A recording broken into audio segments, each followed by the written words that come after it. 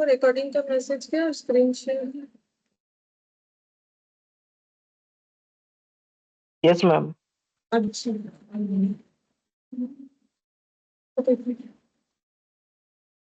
हम बीकॉम अभी टॉप करा रहे हैं स्टार्टिंग में। सेमिस्टर सेकंड सेमिस्टर अरे यार बेसिक करा रहे हैं ना करा क्लास वही है। करवाए अभी तक वो पूरा ही काम है तो हाँ वही मेरे को तो लग रहा है ज्यादा कुछ लेवल नहीं है। ज्यादा कुछ नहीं है क्या पढ़ना पड़ेगा। बीकॉम का बात। हाँ बीकॉम में ज्यादा नहीं बीकॉम का ही बोल रहे हैं उसको भी तो पढ़ना पड़ेगा जो भी है। नहीं तो मुश्किल हो जाए प्रैक्टिस नहीं करोगे नया चीज है ना।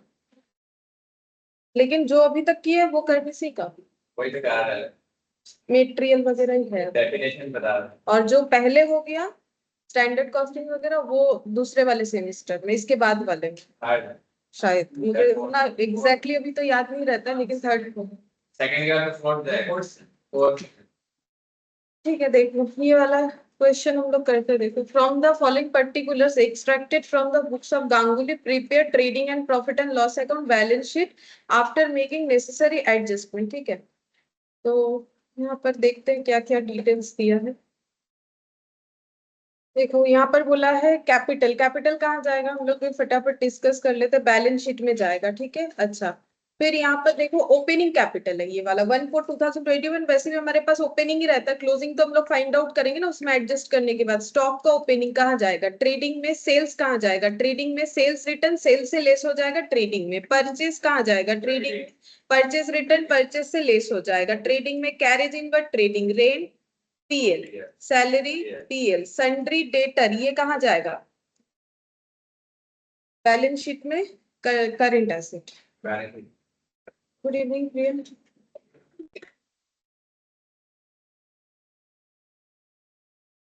Good evening prion. अच्छा देखो ये भी सन्ड्री क्रेडिटर बैलेंस शीट में। लोन फ्रॉम देना बैंक बोला है मतलब लोन लिया है तो ये बैलेंस शीट में मतलब ये लाइबिलिटी। ठीक है ये भी लाइबिलिटी ये था एसेट। अच्छा फिर इंटरेस्ट पेड ये कहाँ जाएगा बोलो पीएल। इंटरेस्ट पेड पीएल में जाएगा। ठीक है अच्छा अब बता सकते हो ये कौन सा इंटरेस्ट पे होगा अभी तक पढ़ के क्या लग रहा है वही लोन फ्रॉम देना बैंक से दिख रहा होगा इसी का इंटरेस्ट देना पड़ेगा। फिर दिया है प्रिंटिंग स्टेशनरी ये भी पीएल में जाएगा। एडवर्टाइजमेंट ये भी हम लोग का पीएल में जाएगा। ठीक है अच्छा इसके बाद इधर देखते हैं काफी प्रॉब्लम कुछ तीन अकाउंट बनाना है। बना देंगे। আচ্ছা তুমি আমার আওয়াজ শুনতে পাচ্ছ তো।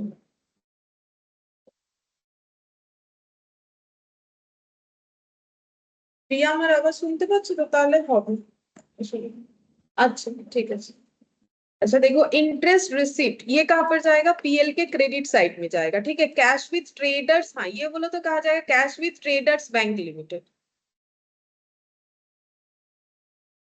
बैलेंस शीट अरे कैश एट बैंक जो होता है वहां बैंक का नाम दे दिया तो क्या होगा वो तुम लोग खा देते कैश एट बैंक लिखने मुझे मतलब तुम लोग हम बोल क्या दिया ऐसे सोच रहे हो कि पता नहीं कहाँ जाएगा। अच्छा डिस्काउंट रिसीप्ट ये कहाँ पर जाएगा पीएल में जाएगा। इन्वेस्टमेंट 5% एज ऑन 1/4/2021 ये इन्वेस्टमेंट हुआ था। अब रेट बताने का मतलब है हमें चेक करना पड़ेगा कि इंटरेस्ट कितना होगा।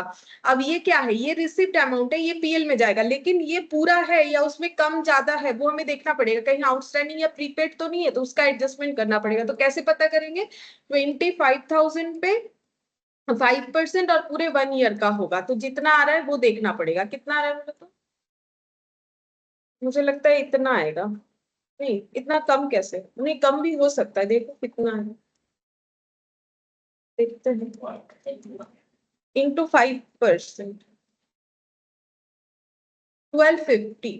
अच्छा यहाँ तो 25 दिया है। ठीक है देखते हैं और भी किसी चीज का हो सकता है। ठीक है ये तो हम लोग का ओ हम थोड़ा सा गलत कर रहे हैं यहाँ पर इंटरेस्ट रिसिप्ट कहाँ था ये ऊपर है सॉरी हम तो इसी को चेक कर रहे हैं ना। ये मेरा कितना आया 1250 यहाँ पर है 7250 देखना पड़ेगा ये इसमें कुछ और इंटरेस्ट भी हो सकता है आगे कुछ और भी चीज मिलेगा। ठीक है फर्नीचर ये 1 अप्रैल को लिया गया था डिस्काउंट। अब ये डेट देने का मतलब है जब डिप्रिशिएशन अगर लगाना पड़ेगा तो कितने दिन का होगा 12 मंथ्स का। ठीक है अच्छा discount allowed PL, general expense, PL, audit fees, PL, fire insurance premium, PL, traveling, PL, postage telegram, PL, cash in hand, balance sheet.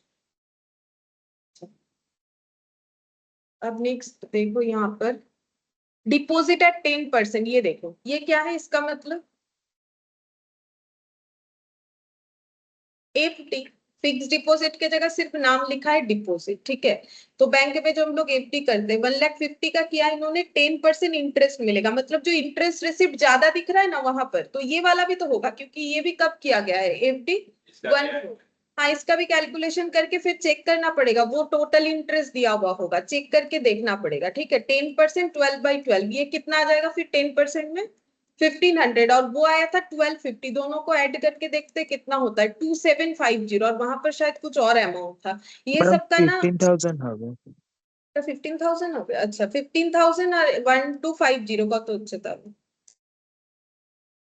16,250, अच्छा तब कम है, कम दिख रहा होगा, ठीक है। हम लोग इसका ये सब इसीलिए बता रहे क्योंकि ये सब का हमें वर्किंग नोट बनाना पड़ेगा, क्वेश्चन बड़ा है, ठीक है, ये वाला टाइम लगेगा। ड्रॉइंग्स ये कहाँ पर जाएगा, कैपिटल से लेस होगा, ठीक है। फिर बोल रहा है वैल्यू ऑफ स्टॉक 31 मार्च 2022 3,93,000, ये ट्रायल बैलेंस के बाहर है, तो एक बार कहाँ जाएगा ट्रेडिंग में और एक बार कहाँ जाएगा बैलेंस शीट में। अब यहाँ पर जो बोला है इसका आंसर दो, this includes goods return by customer on 31 March two the value of 15,000, बोल रहा है इसके अंदर इंक्लूड है, ये 15,000 इंक्लूड है, ये 15,000 क्या है, कस्टमर ने स्टॉक रिटर्न कर दिया था, हाँ इसमें इंक्लूड है, तो ये सही है कि गलत है। रिटर्न में नहीं, रिटर्न में तो दिखाएंगे, सही बात है। देखो आगे क्या बोला, for which no entry has been passed, पहले बोलो अगर एंट्री पास करते हैं तो क्या करते हैं, कस्टमर जब रिटर्न करता है सेल्स रिटर्न टू डेटर, ठीक है। अब ये तो हो गया सेल का कैंसिल, लेकिन मेरा एक स्टॉक था, अब स्टॉक का तो दो ही कंडीशन हो सकता है, या तो वो बिक गया या फिर वो मेरे पास क्लोजिंग स्टॉक में है। अब ये वाला क्या है, बिकने के बाद रिटर्न हो गया, तो अब इसका कंडीशन क्या है, क्लोजिंग स्टॉक में होगा। अगर बिकने के बाद रिटर्न हो गया तो अब ये कहां पर दिखेगा, मतलब फिजिकली ये कहां पर दिखेगा, गोडाउन में दिखेगा, स्टॉक में दिखेगा।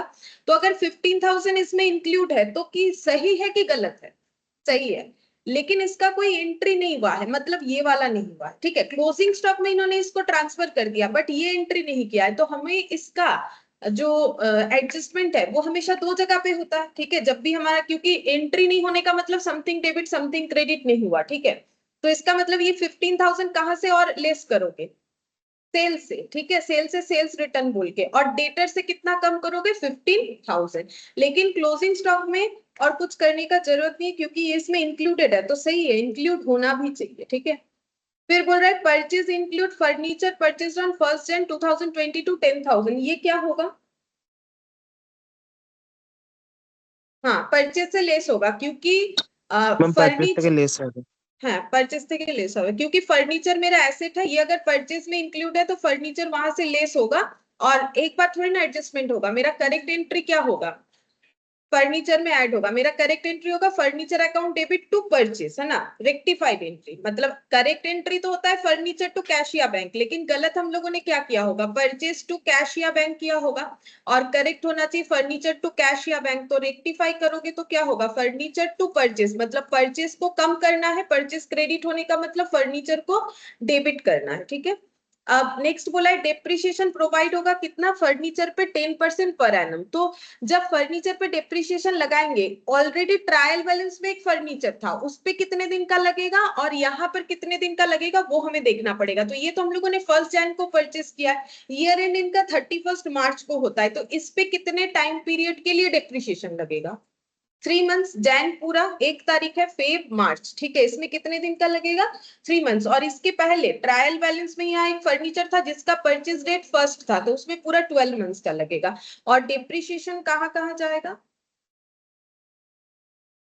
पीएल में जाएगा और एसेट में फर्नीचर से लेस होगा, डेप्रिसिएशन हो गया। फिर यहाँ पर ये अकाउंट का मतलब बताओ, loan account from Dena bank in the books of Ganguly appears as follows, ठीक है, ये लोन अकाउंट दिख रहा है, यहाँ पर दिया हुआ है, देखो हम पढ़ के बता देते हैं। ये 1 तारीख पहला डेटा होगा, बाई बैलेंस बीडी, फिर यहाँ पर बाई बैंक 31 मार्च को, फिर ये क्लोज किया गया है इधर लेजर को ऐसे करके टू बैलेंस सीडी। ठीक है, मैंने ये बता दिया। तुम लोग बोलो ये लेजर पढ़ के तुम लोग को क्या समझ में आया, मतलब क्या पता चल रहा है ये देख के? हाँ बोलो। गांगुली की बुक्स ऑफ अकाउंट्स में जो उसने लोन लिया था देना बैंक से,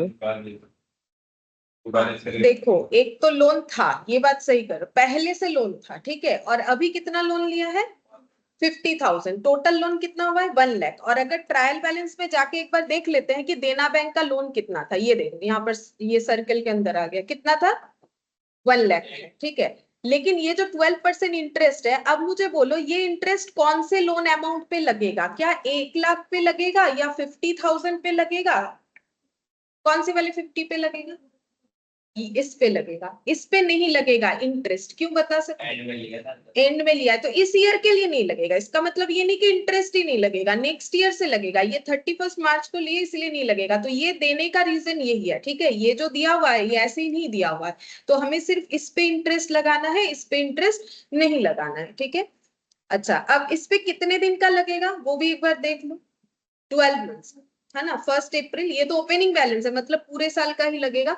अच्छा, अब ये इंटरेस्ट कहाँ कहाँ जाएगा, हमें कैलकुलेट करके देखना पड़ेगा कि इंटरेस्ट का क्या हो रहा है कैलकुलेशन। इंटरेस्ट पेड अमाउंट कितना है, एक्चुअली कितना होना चाहिए, कम बेसी आउटस्टैंडिंग प्रीपेड कुछ भी हो सकता है, ठीक है। सन्ड्री डेटर में 20,000 ड्यू है from Robert and sundry creditor include 10,000 due to him. इसे हम लोग क्या बोलते हैं? म्यूचुअल सेट ऑफ, ठीक है, अगर तुम लोग को एडजस्टमेंट में याद है तो। अगर क्रेडिटर कौन है? क्रेडिटर जो भी है, जितने सारे क्रेडिटर, उसमें क्रेडिटर कौन है? रॉबर्ट। और डेटर जितने भी लोग हैं, क्योंकि डेटर बहुत सारा लोग हो सकता है, उसमें भी एक डेटर कौन है? रॉबर्ट। मतलब बेसिकली रॉबर्ट से पैसा मिलेगा भी और उसको पैसा देना भी पड़ेगा, ठीक है। तो डेटर में 20,000 जो है रॉबर्ट का है, मतलब रॉबर्ट से कितना मिलेगा? 20,000। सन्ड्री क्रेडिटर में कितना ड्यू टू हिम कितना है? 10,000। मतलब सोचो कि मिस्टर गांगुली को रॉबर्ट को देना है 10,000 और लेना है 20,000। देना है 20,000, ठीक है।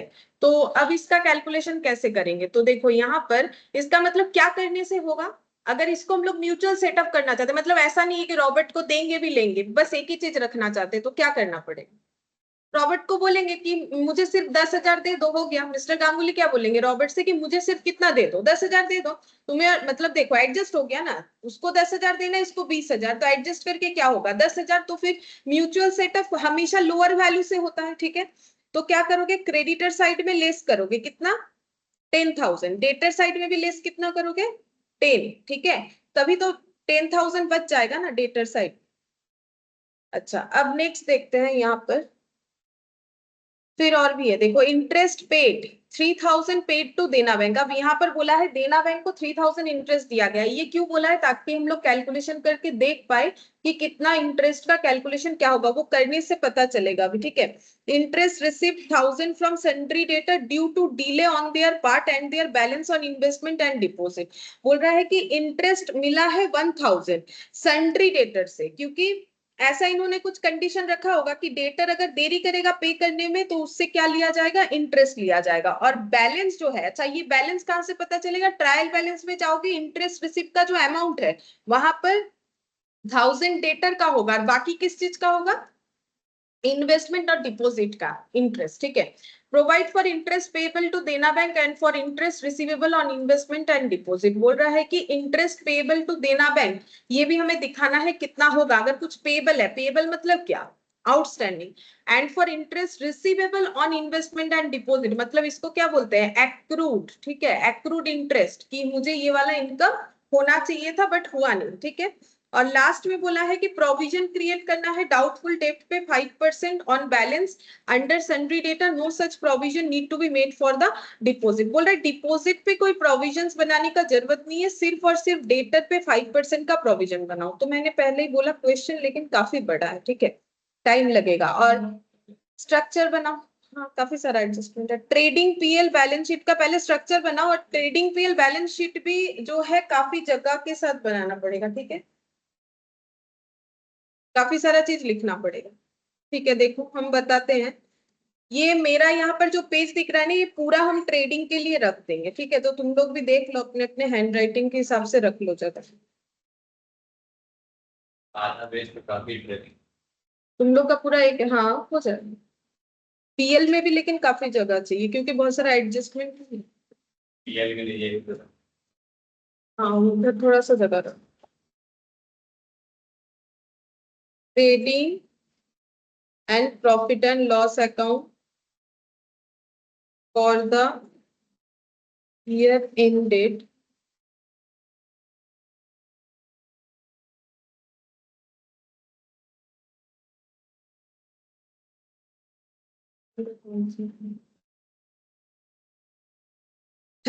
March 31, 2020।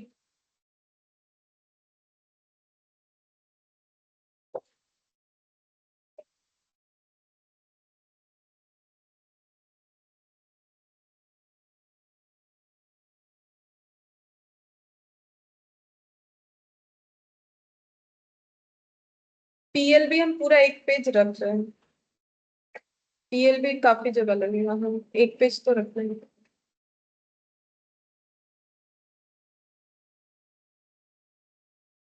यहाँ तो लिखने का चाहिए।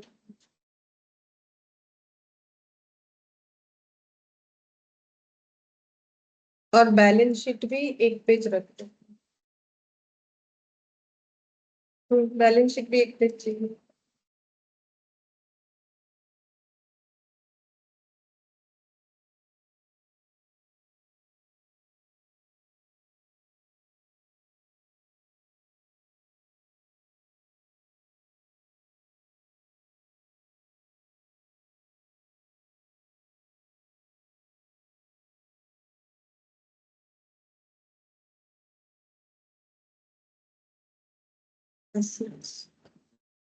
ম্যাম ট্রেডিং অ্যাকাউন্টটা কি পুরো এক পেজ রাখবো? এখন নিজের এক পেজ, তোমাদের খাতা এক পেজের কম রাখলেই হবে, হাফের একটু বেশি রাখলে হবে। এবারে যদি হাতে লেখা বড় বড় হয় তাহলে এক পেজ রেখে নাও। আচ্ছা यहाँ पर वर्किंग नोट के लिए देखो, मेरा इधर खत्म हो जाएगा, हम इधर वर्किंग नोट करेंगे। ठीक है, अब देखो एक एक करके पुट करते जाते हैं। सबसे पहले ट्रायल बैलेंस में जो भी है एडजस्टमेंट, मुझे थोड़ा थोड़ा याद है। अभी तो देखो एग्जाम में तुम लोग क्या करोगे, ऐसे पॉइंट आउट कर लोगे तो पता चल जाएगा कौन कौन सा इनर कॉलम में लिखना है। सबसे पहले कैपिटल बैलेंस शीट में लिखो 5,40,500। ठीक है, बैलेंस शीट में लिखना पड़ेगा कैपिटल। इनर कॉलम में लिखना है ये तो हमेशा ही। ठीक है, 5,40,500। 5,40,500। ठीक है, फिर इसके बाद स्टॉक, ये ओपनिंग स्टॉक है। ट्रेडिंग में लिखो 2 ओपनिंग स्टॉक 2,34,000। ट्रेडिंग में लिखो 2 ओपनिंग स्टॉक 2,34,000। अच्छा, इसके बाद सेल्स है। सेल्स बाई साइड में, ट्रेडिंग में बाई सेल्स 14,48,000 इनर कॉलम में लिखना है क्योंकि सेल्स में काफी सारा एडजस्टमेंट था, और नीचे ही सेल्स रिटर्न भी है। By sales 14,48,000। 14,48,000। उसके नीचे सेल्स रिटर्न है तो लेस करके 43,000 सेल्स रिटर्न 43,000 सेल्स रिटर्न हो गया। अच्छा, फिर नेक्स्ट देखते हैं परचेज 12,15,500 इधर लिखेंगे ओपनिंग स्टॉक के नीचे। इनर कॉलम में लिखना है, इसमें भी एडजस्टमेंट था, एक तो रिटर्न था और एक कुछ फर्नीचर परचेज हो गया था, वो भी गलत था, वो भी ठीक कर। 12,15,500 12,15,500 ये परचेज हो गया। अच्छा, परचेज रिटर्न उसके नीचे लिखो 29,000 लेस परचेज रिटर्न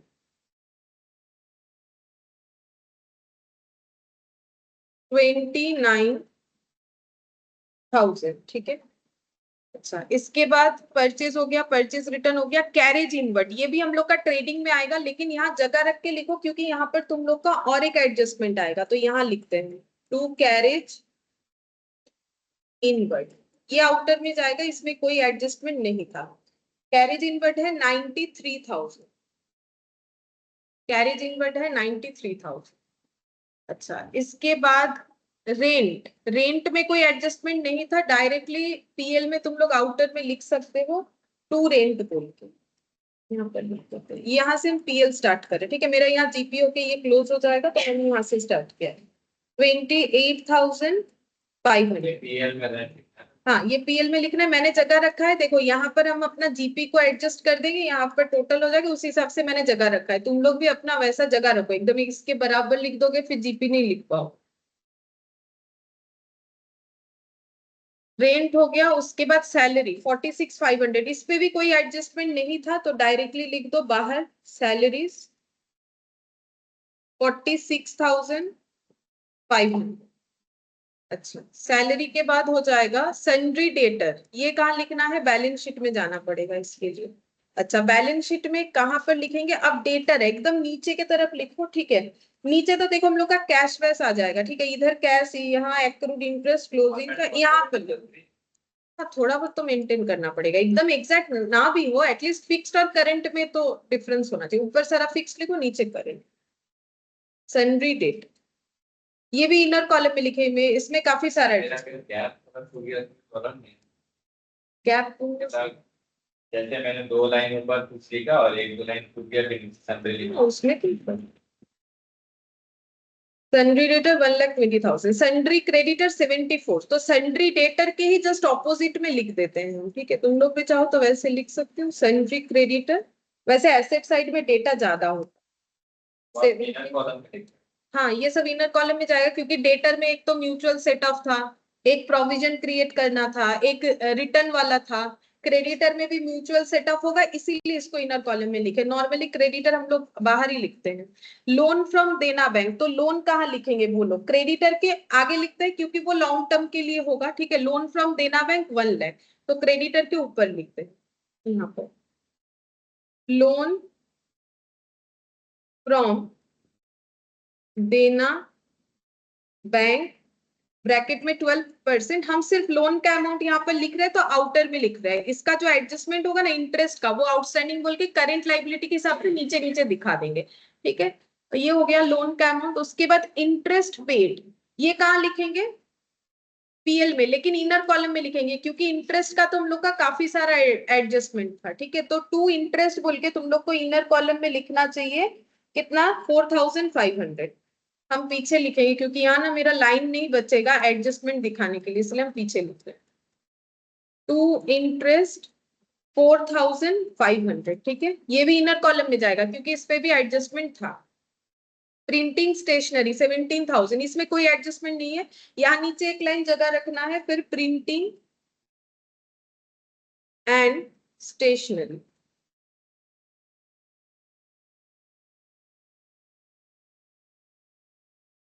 $17,000। अच्छा, प्रिंटिंग स्टेशनरी के बाद एडवर्टाइजमेंट, ये भी बाहर लिखो, इस पे भी कोई एडजस्टमेंट नहीं था, ये हो जाएगा 56,000, ठीक है, 56,000। अच्छा, अब इधर यहाँ पर इंटरेस्ट रिसीट, ये कहाँ लिखना है, पीएल में, लेकिन इसको भी इनर कॉलम में लिखना है क्योंकि इसमें भी एडजस्टमेंट होगा हम लोग का, एफडी वगैरह, तो यहाँ जीपी के लिए एक लाइन यहाँ पर बाय इंटरेस्ट रिसीट, इसको भी इनर कॉलम में लिखो, ठीक है, इंटरेस्ट रिसीट हम लोग का 7250 इनर कॉलम में लिखा है 7250। अच्छा, cash with trader bank limited, ये तुम लोग को 40,000 बैलेंस शीट में लिखना है, जहां पर तुम लोग डेटर लिखे उस पर काफी जगह रख दो, ठीक है, ये बैंक का बैलेंस है, ये कैश इन हैंड के आगे लिखा जाता है, ठीक है, तो यहाँ पर लिख देते हैं कैश, ये लास्ट लाइन के एक लाइन जगह रखा है यहाँ पर, cash with traders bank limited, traders bank limited 40,000, यहाँ पर आउट 40,000, ठीक है। अच्छा, इसके बाद डिस्काउंट रिसीट, डिस्काउंट रिसीट कहां पर लिखोगे, पीएल, इंटरेस्ट के नीचे मत लिख दो क्योंकि वहां एडजस्टमेंट करना है, याद रखो, ठीक है, तो जगह वहां पर बचा हुआ रहने दो, इंटरेस्ट रिसिप्ट के नीचे जगह चाहिए, यहाँ पर लिखेंगे। हम इधर लिख रहे हैं, तुम लोग का जहाँ जगह है वहां लिखो। डिस्काउंट रिसिप्ट आउटर में जाएगा, ठीक है, इसमें कोई एडजस्टमेंट नहीं है। 14,900 एक लाइन, एक लाइन इंटरेस्ट रिसिप्ट 7,250 सॉरी ये डिस्काउंट रिसिप्ट, हाँ 14,950, हाँ डिस्काउंट रिसिप्ट ही लिखा है मैंने 14,950, हम इंटरेस्ट बोल रहे हैं गलती से। इन्वेस्टमेंट ये तुम लोग का एसेट में लिखना है 25,000, investment at the rate of 5%। अच्छा, अब इन्वेस्टमेंट कहाँ लिखा जाता है? फिक्स्ड और करंट एसेट के मिडिल में लिखा जाता है, ठीक है। तो तुम लोग कहाँ लिखोगे? डेटर के ऊपर, और यहाँ लिख देते हैं, ठीक है। इसके बाद एफडी भी आएगा, तो यहाँ लिख देते हैं इन्वेस्टमेंट। इन्वेस्टमेंट यहाँ पर बोला था 5%, 2 लाइन पर लगभग जगह रखा है। एट 5% ये हो गया 25,000, आउटर में लिख दो, ये इन्वेस्टमेंट है। अच्छा, आउटर में मेरा बाकी डेटा इधर, हाँ ठीक है, ठीक जगह पे लिख रहा है 25,000, 25,000। अच्छा, अब इसके बाद फर्नीचर, ये कहाँ लिखेंगे? एकदम स्टार्टिंग में लिख देते हैं, फिक्स्ड एसेट में फर्नीचर, लेकिन उसमें भी जगह रखना है, इनर कॉलम में लिखना है, क्योंकि फर्नीचर उसके बाद भी कुछ परचेस हुआ है, उसको ऐड करना है, डिप्रिशिएशन दिखाना है 9,000, इनर कॉलम। यहाँ पर लगभग 3 लाइन से भी थोड़ा ज्यादा जगह रखो, 3 लाइन से भी थोड़ा ज्यादा जगह रखो। फर्नीचर के बाद डिस्काउंट अलाउड, पीएल में लिखो। टू डिस्काउंट अलाउड एडवर्टाइजमेंट के नीचे जाएगा, टू डिस्काउंट अलाउड एडवर्टाइजमेंट के नीचे जाएगा। ये है 37,700, 37,700।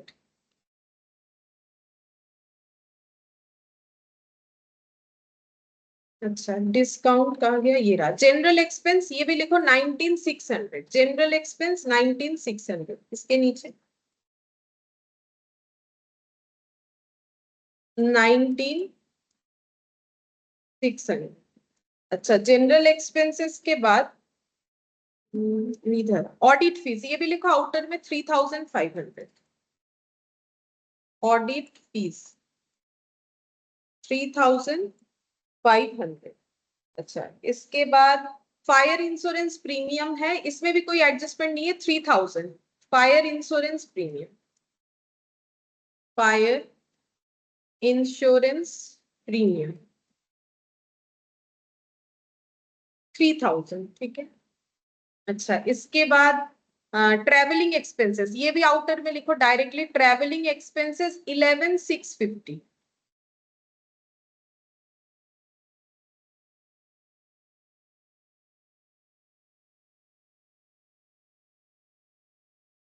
अच्छा, इसके बाद है पोस्टेज टेलीग्राम 4,350, ये भी आउटर में जाएगा।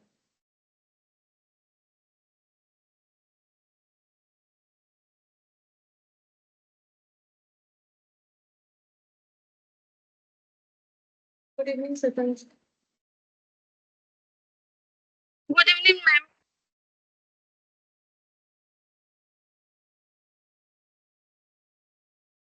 Good evening Ashmita. Good evening ma'am.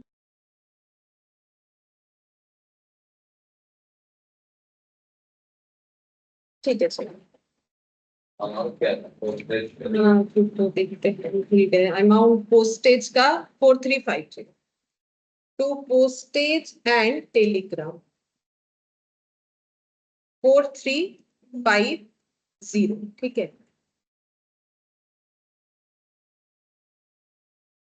अच्छा, अब पोस्टेज टेलीग्राम हुआ, इसके बाद है कैश इन हैंड, तो कैश इन हैंड इधर लिखो बैलेंस शीट में, यहाँ पर कैश इन हैंड इसके नीचे लिखेंगे, ठीक है, कैश एट बैंक के नीचे लिखना चाहिए, cash in hand. Cash in hand कितना होगा? 1,900, तो यहाँ पर लिख देते हैं 1,900, यहाँ पर टोटल लगाना पड़ेगा। अच्छा, इसके बाद डिपॉजिट, डिपॉजिट कहाँ लिखोगे? इन्वेस्टमेंट के नीचे लिखो, ठीक है, डिपॉजिट आगे भी लिखा जा सकता है, ये भी तो एक तरीके का इन्वेस्टमेंट ही है। डिपॉजिट एट 10%, अमाउंट है 1,50,000 और इसके बाद था ड्राइंग्स 50,000। ठीक है, ड्राइंग्स 50,000। अच्छा, ये कैपिटल से ले आपको डिपॉजिट बाहर वाले कॉलम पे ही लिखना है। हाँ और कैश इन हैंड और उसके बाहर वाले कॉलम। हाँ, उसमें कोई एडजस्टमेंट नहीं है। ड्राइंग्स है 50,000, डिपॉजिट डिपॉजिट था और कैश इन हैंड लिखा बस। डिपॉजिट 150 था और ड्राइंग्स 50,000 था, कैश इन हैंड 1,900। 40,000 कैश वो था कैश विद ट्रेडर। वो तो पहले ही लिखा था, cash with traders bank limited 40,000। ठीक है, अब देखो हम लोग का अभी ट्रायल बैलेंस कंप्लीट हुआ, अब एडजस्टमेंट में चलते हैं। देखो बोल रहा है कि वैल्यू ऑफ स्टॉक जो है वो 3,93,000 है। तो ये एक बार बैलेंस शीट में जाएगा और एक बार हमें कहाँ लिखना पड़ेगा, ट्रेडिंग में। अब बैलेंस शीट मेरा क्योंकि इधर ओपन है तो हम एक बार इधर लिख लेते हैं। ठीक है, तो यहाँ पर क्लोजिंग स्टॉक कहाँ लिखे, यहाँ लिखते हैं। ठीक है, क्लोजिंग स्टॉक। ठीक है, तो क्लोजिंग स्टॉक कितना होगा, 3,90,000। आउटर कॉलम में लिखना है 3,93,000। ठीक है, तुम लोग को ज्यादा दिक्कत हो रहा है अरेंज करने का तो ठीक है, अपने हिसाब से लिखो। अगर नहीं हो रहा है ज्यादा, 40,000 50। अच्छा, ये हो गया हम लोग का क्लोजिंग स्टॉक। अब ट्रेडिंग में भी लिखो फिर से क्लोजिंग स्टॉक, नीचे बाय क्लोजिंग स्टॉक। आउटर में लिखना है 3,93,000।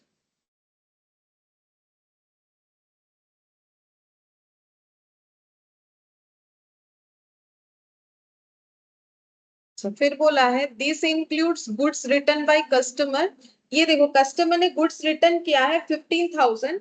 तो इसका हम लोगों ने क्या एडजस्टमेंट सोचा था कि हम लोग को इसका एंट्री क्या होनी है, सेल्स रिटर्न से लेस करना है डेटर से। तो करो, सेल्स रिटर्न से लेस करो, मतलब सॉरी सेल से, और क्या, सेल्स रिटर्न के नीचे सेल्स रिटर्न, इसको क्या लिखोगे, सेल्स रिटर्न नॉट रिकॉर्डेड।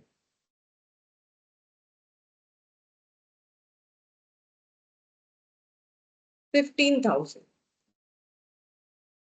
और एक बार कहाँ लिखना है, डेटर, क्योंकि डेटर भी कम होगा, सेल्स रिटर्न हुआ है तो यहाँ पर less sales return not recorded.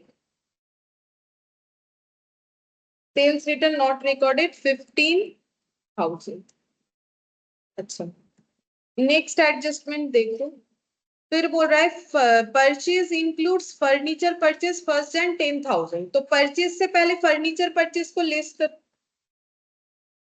Less क्या लिखोगे, furniture wrongly debited, furniture wrongly debited. ठीक है, फर्नीचर रॉन्गली डेबिटेड कितना होगा, 10,000। ठीक है, 10,000 था, देखो 10,000 का फर्नीचर। और ये तो हुआ रेक्टिफिकेशन का एक पार्ट। दूसरा कहाँ जाएगा, फर्नीचर में तुम लोग को करना है ऐड फर्नीचर परचेज। ठीक है, फर्नीचर परचेज हुआ है 10,000। नेक्स्ट देखो बोल रहा है डिप्रिशिएशन लगाना है 10% पर एनम, किस पे, फर्नीचर पे। ठीक है, लगाओ, लेस करेंगे यहाँ पर डिप्रिशिएशन। ठीक है, तो कितना होगा, कैसे कैलकुलेट करोगे, देखो एक तो वर्किंग नोट करके कर सकते हो या फिर यहाँ पर भी कैलकुलेशन कर सकते हो। अगर डिप्रिशिएशन करोगे यहाँ पर करने से भी हो जाएगा। देखो हम यहाँ पे छोटा छोटा करके लिखते हैं, 9,000 वाले पे कितना डिप्रिशिएशन लगेगा, 9,000 वाले पे 10% इंटू 12/12। ठीक है, और प्लस प्लस और एक अमाउंट जो है 10,000 इंटू 10% इंटू 3/12, क्योंकि ये 1 जनवरी को परचेस हुआ था। तुम लोग चाहो तो वर्किंग में भी कर सकते हो, मैंने यहाँ पर कर दिया है। ठीक है, अब देखो कितना हो रहा है दोनों को मिला के, 9,000 इंटू 10%, एक तो ये हो जाएगा 900। ठीक है, और 10,000 इंटू 10% इंटू 3/12 250। ठीक है, दूसरा हो रहा है 250, तो कितना हो जाएगा 1150। ठीक है, तो हम टोटल इधर लिख देते हैं 1150 आ रहा है। ठीक है, यहाँ मैंने थोड़ा शॉर्टकट के लिए कर दिया। ठीक है, लेकिन तुम लोग वर्किंग नोट बना लोगे तो ठीक रहेगा, 1150। और एक बार कहाँ लिखेंगे, पीएल में लिखना पड़ेगा to depreciation on furniture, to depreciation on furniture, ठीक है, ओल्ड प्लस न्यू दोनों का मिला के हुआ। तुम लोग वर्किंग नोट बनाओगे तो वर्किंग नोट नंबर दे देना, अभी मैंने वहां दिखा दिया ना, तो इसीलिए ऐसे ही यहीं पर लिख दिया 1150, ठीक है। ये हो गया हम लोग का पोस्टेज टेलीग्राम 4350 था, ठीक है, मैंने 435 लिखा है। तुम लोगों ने भी अगर 435 लिखा है तो ठीक कर दो। पोस्टेज टेलीग्राम 4350 था, मैंने एक जीरो कम लिखा था। अच्छा, इसके बाद है लोन, लोन वाला। अब लोन का कैलकुलेशन करके देखना पड़ेगा, ठीक है, जो लोन लिया गया है उसका क्या कैलकुलेशन होगा। अब इसका वर्किंग नोट बनाना जरूरी है, हम यहाँ पर वर्किंग नोट बना रहे। देखो यहाँ पर लोन का हम लोग क्या कैलकुलेट करेंगे बोलो तो, इंटरेस्ट। ये वाले डेटा से क्या कैलकुलेट करके देखेंगे, इंटरेस्ट, ठीक है। तो यहाँ पर ऐसे लिखेंगे total interest paid given in trial balance. तो तुम लोग बताओ, जहां पर तुम लोग पीएल में इंटरेस्ट लिखे हो ना, टू इंटरेस्ट बोल के, वहां पर कितना लिखे हो, वो ट्रायल बैलेंस से देख के तो लिखे हो, अपने पीएल से देख के मुझे बताओ कितना लिखे। 4500, ठीक है। अच्छा, अब देखो यहाँ पर एक इंफॉर्मेशन था, रुको दिखाते हैं। Interest paid include 3000 to Dena bank, मतलब देना बैंक को जो इंटरेस्ट दिया गया है वो कितना है, 3000, क्योंकि क्वेश्चन में हमें बताया गया है। तो यहाँ पर लिखते हैं देना बैंक इंटरेस्ट पेड कितना हो जाएगा, 3000, ठीक है। तो यहां से अगर 3000 देना बैंक का हम लोगों ने इंटरेस्ट पे किया है तो बचा कितना, 1500। 4500 में 3000 देना बैंक का था, तो 1500 फिर क्या इंटरेस्ट होगा, कुछ और चीजों का होगा, तो अदर इंटरेस्ट पेड होगा, ठीक है। अब हम लोग देखेंगे कि देना बैंक का एक्चुअली इंटरेस्ट कितना होना चाहिए। तो देना बैंक जिधर लिखे उधर लिख रहे हैं, interest due to loan from Dena bank, ठीक है। देना बैंक से जो, देना बैंक को जो हमें इंटरेस्ट देना है वो एक्चुअली कितना होगा। तो देखो हम लोगों ने यहाँ पर जो लेजर समझा उसमें क्या देखा हम लोगों ने, कि भले ही लोन हमारे क्लोजिंग डेट पे 1 लाख दिख रहा हो, लेकिन हम लोग को इंटरेस्ट ओनली 50,000 पे देना है, क्योंकि ये हम लोग का पूरे 12 मंथ्स का इंटरेस्ट लगेगा इस लोन का यूज हुआ है। ये क्योंकि ईयर एंड में है तो इसमें कोई इंटरेस्ट नहीं लगेगा, तो 50,000 पे तुम लोग को इंटरेस्ट लगाना है। 50,000 पे इंटरेस्ट लगेगा। और देना बैंक का लोन का इंटरेस्ट कितना है, बैलेंस शीट में देखो मैंने इंटरेस्ट रेट के साथ लिखवाया है, मिल जाएगा तुम लोग 12%। देखो मैंने यहाँ लिख रखा है, यहाँ से देख के भी तुम लोग लिख सकते हो 12%, और इंटू कितना हो जाएगा 12/12, तो कितना इंटरेस्ट होगा 6000, है ना, 6000 होगा। लेकिन हम लोगों ने देना बैंक को कितना इंटरेस्ट पे कर रखा है 3000, तो फिर बाकी 3000 को क्या कंसीडर करेंगे, आउटस्टैंडिंग, ठीक है। आउटस्टैंडिंग इंटरेस्ट हो जाएगा देना बैंक का 6000 पूरा हमें देना चाहिए, हम लोगों ने सिर्फ 3000 दिया है, तो आउटस्टैंडिंग हो जाएगा 3000, ठीक है। अच्छा, अब इसका अगर हम लोग पीएल बनाते हैं तो बेसिकली देखो हम यहाँ पर छोटा सा एक पीएल बना के समझाते हैं क्या करना पड़ेगा। देखो हम लोग दो इंटरेस्ट पेड तो हम लोगों ने कर रखा है, एक तो 3000 एक 1500, मतलब अगर हम तीनों को ही लाइन बाय लाइन लिखे तो मुझे एक बार लिखना पड़ेगा interest to Dena bank paid कितना है 3000, ठीक है। फिर लिखेंगे to outstanding interest to Dena bank कितना हो जाएगा, फिर से 3000। वैसे हम लोग ऐड करके लिखेंगे, ये जस्ट हम एक समझाने के लिए बोल रहे हैं। और ये जो अदर इंटरेस्ट है, अदर इंटरेस्ट इसीलिए लिखा क्योंकि क्वेश्चन बोल रहा था कि इतना ही देना बैंक का, बाकी फिर किसी और चीज का होगा 1500। तो बेसिकली पीएल में टोटल कितना दिखना चाहिए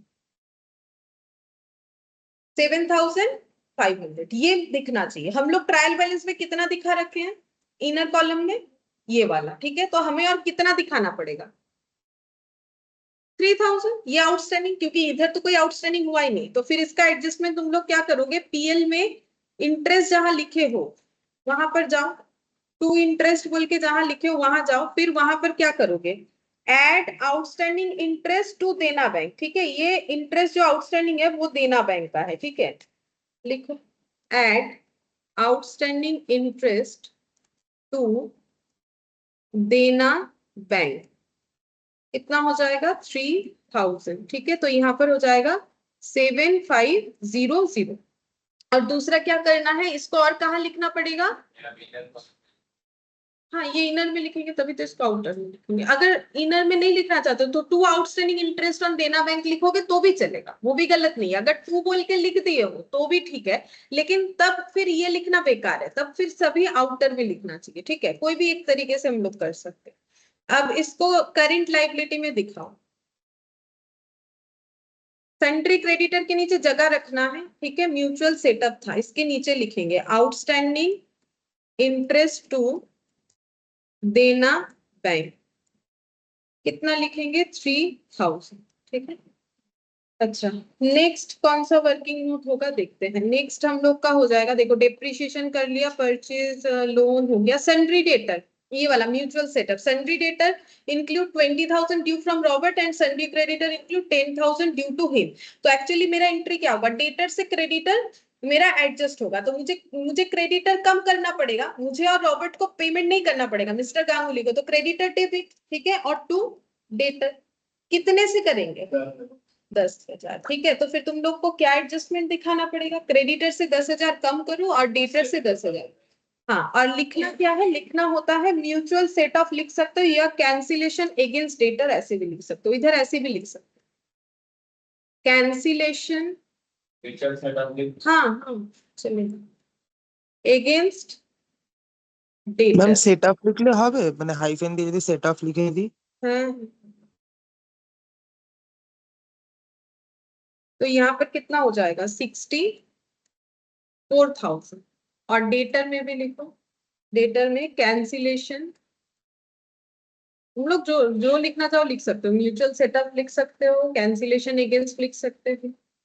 कैंसिलेशन अगेंस्ट ये क्रेडिटर है, ठीक है, अमाउंट 10,000, ठीक है, हो गया 10,000 बस। अब नेक्स्ट देखते हैं कौन सा एडजस्टमेंट है, ये अभी 5 हुआ है। 6 number, interest paid include 3,000 to Dena bank, इसका यूज हम लोगों ने कर लिया।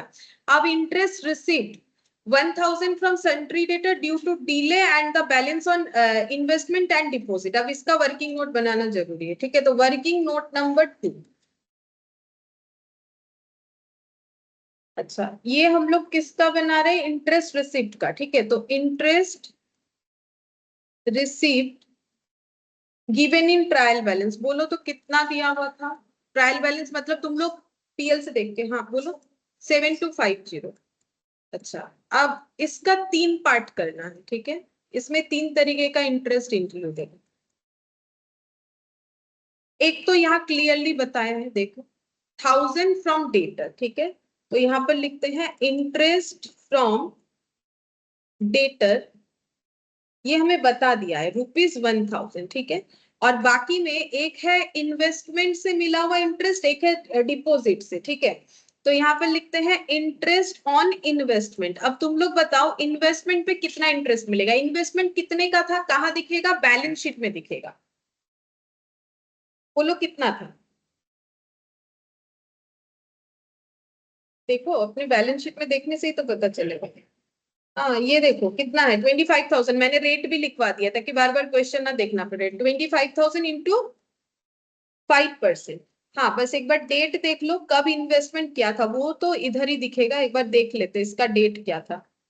1 तारीख को था, मतलब कितने दिन का इंटरेस्ट मिलेगा, 12/12, ठीक है। तो कितना आ रहा है 1250, 1250। और इंटरेस्ट ऑन डिपॉजिट, इसका भी देखो डिपॉजिट कितना था, यहाँ देख लेते, ओपन किया है तो डिपॉजिट ये रहा 1,50,000, ये भी 10% पूरे साल का, निकालो कितना होगा।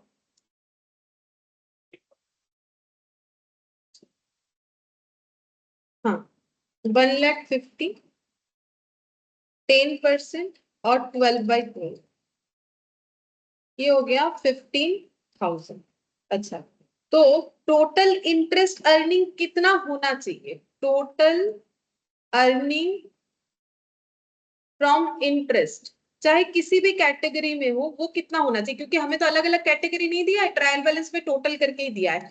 तो डेटर का था 1000, और एक जगह पे 1250 और एक जगह पे 15,000, तो टोटल कितना हो रहा है? 7250, 17250। अच्छा, लेकिन रिसिप्ट कितना हुआ है?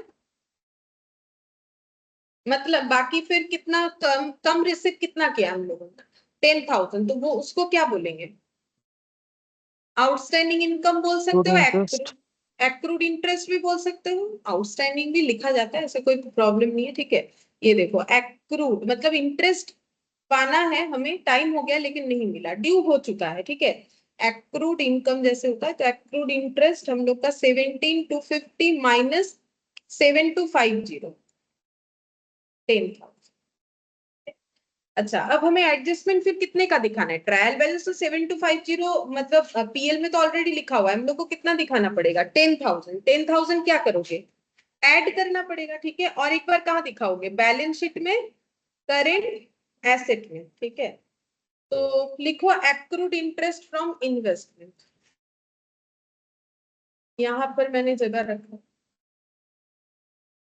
Accrued interest from investment 10,000।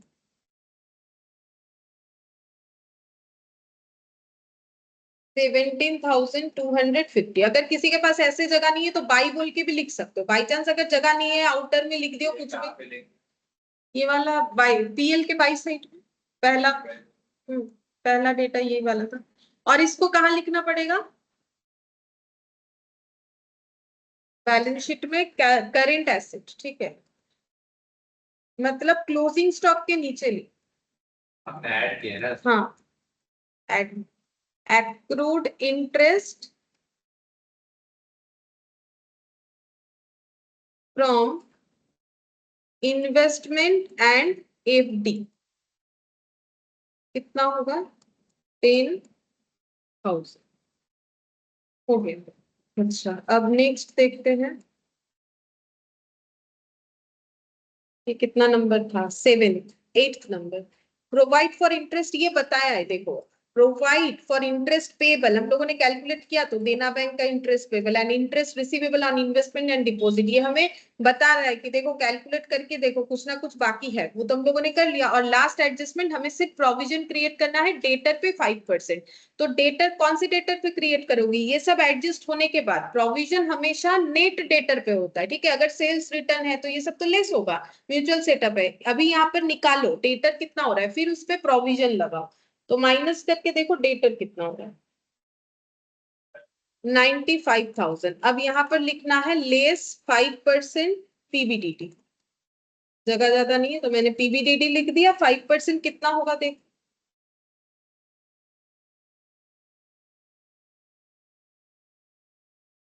4,750 minus करके आउटर में लिखो 9,250। अच्छा, हर एक एडजस्टमेंट हमारा दो जगह पे जाता है, और एक बार कहाँ जाएगा? ये 95,000 आया, फिर 4,750 5% का, और आ रहा है आउटर में 90,250। और एक बार कहाँ लिखोगे पीवीडीडी? हाँ लिखो, टू पीवीडीडी 4,750, टू पीवीडीडी 4,750, मतलब तुम लोग प्रोविजंस बोल के लिख लो, टू प्रोविजंस फॉर डेटर 4,750। ठीक है, बस हो गया कंप्लीट। अब सबसे पहले कैलकुलेट करो तुम लोग, सेल्स रिटर्न परचेज ये सब कैलकुलेट करके देखो कितना आ रहा है जीपी। तो ये देखते हैं कितना होगा, 14,48,000 माइनस 43,000 माइनस 15,000, 13,90,000। देख लो ठीक आया है? तुम लोग का भी ऐसा आ रहा है? 13,90,000 प्लस 3,93, 1,783,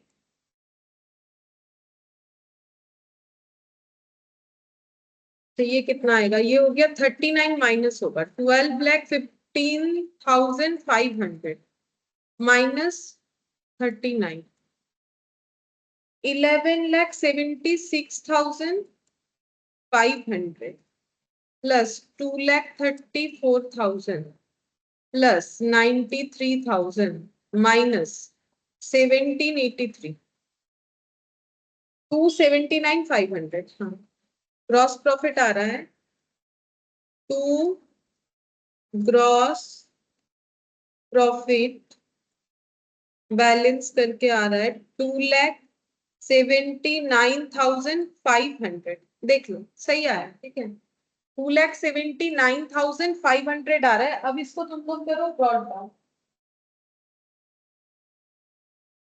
बाय ग्रॉस प्रॉफिट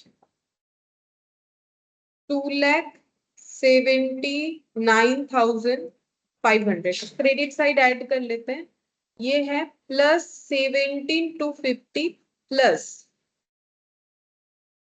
14,950, ये हो गया 3,11,700। हाँ ठीक आया, 3,11,700। यहाँ पर इधर आएगा टोटल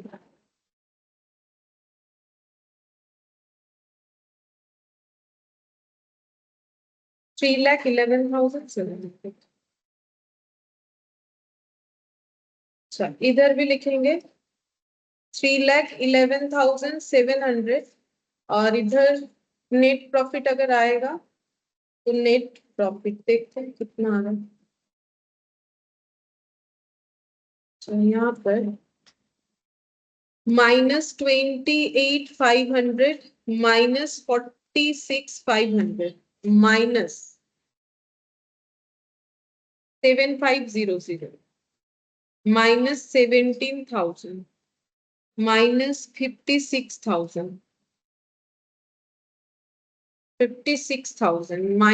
37,700 70,500 19,600 3,500 3,000 11,650 4,350 ये 1,150 माइनस 4,750। देखो हाँ 70,500 70,500, ठीक है। अब ये नेट प्रॉफिट ट्रांसफर करो उधर बैलेंस शीट में, add net profit 70,500 add net profit 70,500।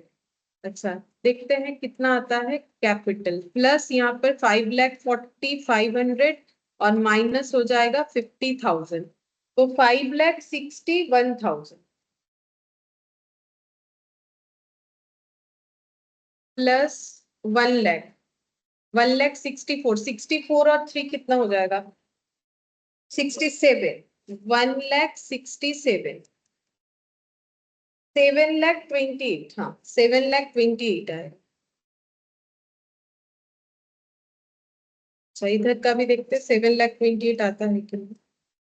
अच्छा इसमें ये एडजस्ट करना पड़ेगा 19,000 माइनस 1,150 17,850 आना चाहिए 17,850।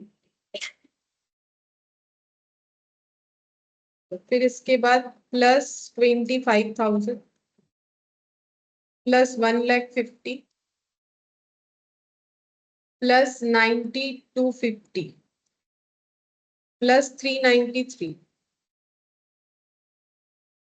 प्लस 10 40 मतलब 41,900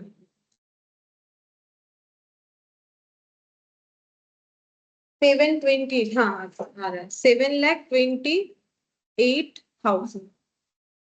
ठीक है देखो मैच हो गया है, जो भी हम लोगों ने लिखा है मैच हो गया, दोनों साइड आ रहा है 7,28,000। बैलेंस शीट में आ जाएगा।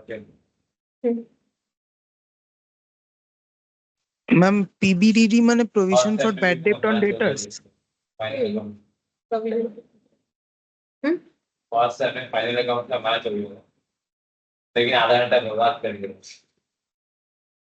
इसीलिए एडजस्टमेंट सही से होता है।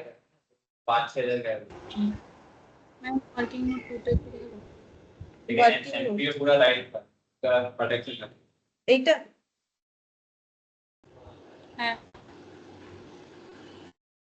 एडजस्टमेंट जब गलत हो जाता है करने से, फिर कैलकुलेशन फिर आगे जाके बहुत दिक्कत होती है। पूरा करना पड़ता है। टाइम दे के अगर एडजस्टमेंट पूरा ठीक ठीक कर लोगे और सारी चीज को ठीक ठीक पुट करोगे, टाइम जितना भी जाए, लेकिन फिर से टाइम देना मतलब तो टाइम बर्बाद।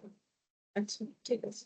कौन सा ये था वो क्वेश्चन नंबर 1? हाँ ये 1। अच्छा अब ये सेकंड वाला देखो, यहाँ पर जो है कंसेप्चुअल क्वेश्चन है। यहाँ कुछ फाइनल अकाउंट्स पूरा नहीं बनाना है तुम लोग को, कुछ कंसेप्चुअल क्वेश्चन पूछा गया है, इस पे वो आंसर देना है। क्या बोला है देखो, Sengupta and company employees a team of 8 workers who were paid 30,000 per month each in the year ending 31st March 2021। मतलब यहाँ पर बोल रहा है कि सेनगुप्ता एंड कंपनी ने क्या किया है, 8 वर्कर्स को काम पे रखा है, जिनको कितना पे किया जाता है 30,000 पर मंथ ईच। ठीक है, मतलब हर एक वर्कर को। और ईयर एंडिंग कौन सा है, ये वाला 31 मार्च 2021 at the start of financial year 21-22। जब फाइनेंशियल ईयर 21-22 स्टार्ट हुआ, मतलब ये कौन से फाइनेंशियल ईयर का बात था, फिर 2021। तब 8 वर्कर थे, सबको कितना मिलता था मंथली 30,000। उसके बाद 2021 में कुछ नया हुआ है, बोल रहे the company raised salary by 10%। बोल रहे सैलरी 10% बढ़ा दिया, तो किनका बढ़ाया होगा, जो पहले से काम कर रहे थे। कितना, हाँ तो फिर अभी कितना करके मिलता होगा इनको, 33। अच्छा दिया हुआ है 33,000 per month. On October 1, 2021 company hired 2 trainee at a salary of 21,000 per month each. फिर कंपनी ने 1 October 21 को 2 ट्रेनी को हायर किया है, जिनको 21,000 पर मंथ करके पेमेंट किया जाता है। The workforce are paid salary on the first working day of every month. Workforce का मतलब जितने भी लोग काम करते हैं, चाहे वो ट्रेनी हो या फिर जो है क्या बोलते हैं उसे, और एक क्या था, एम्प्लॉय था। ठीक है, तो बोल रहा है कि उनको कैसे पेमेंट किया जाता है, first working day of every month, her month के पहले तारीख को। मतलब जैसे अगर जैन हुआ तो जैन के 1 तारीख को, फेब हुआ तो फेब के 1 तारीख को। लेकिन कॉमा देके क्या लिखा है, 1 मंथ इन एरियर। इसका मतलब 1 मंथ इन एरियर मतलब, हाँ बोलो, अगले मंथ का एडवांस में नहीं। एरियर मतलब क्या, बाकी तो वन मंथ लेटर। हाँ salary 1 due month due later, आते 1 मंथ लेटर। ठीक है, जैसे मान लो किसी का मार्च का पेमेंट होना चाहिए, वो कब मिलेगा, 1 ऑफ, ठीक है ऐसे 1 मंथ के गैप में मिलेगा। ठीक है, ऐसे करके ये पॉइंट टू बी नोटेड है, 1 मंथ के गैप वाला है, इसी के हिसाब से आंसर करो। हाँ हाँ ये सब कैलकुलेट करना पड़ेगा, ये 3 चीज। फिर बोल रहा है so that the employees receive there salary for January on the first working day of February. बता भी दिया हिंट्स के लिए। ठीक है, अगर नहीं भी बताए तो एरियर का मतलब बाकी रखना। ठीक है, 1 मंथ लैग, ठीक है 1 मंथ ड्यू या 1 मंथ लैग। फिर बोल रहा है amount of salaries which would be charge to profit and loss account for the year ended 31 March 2022।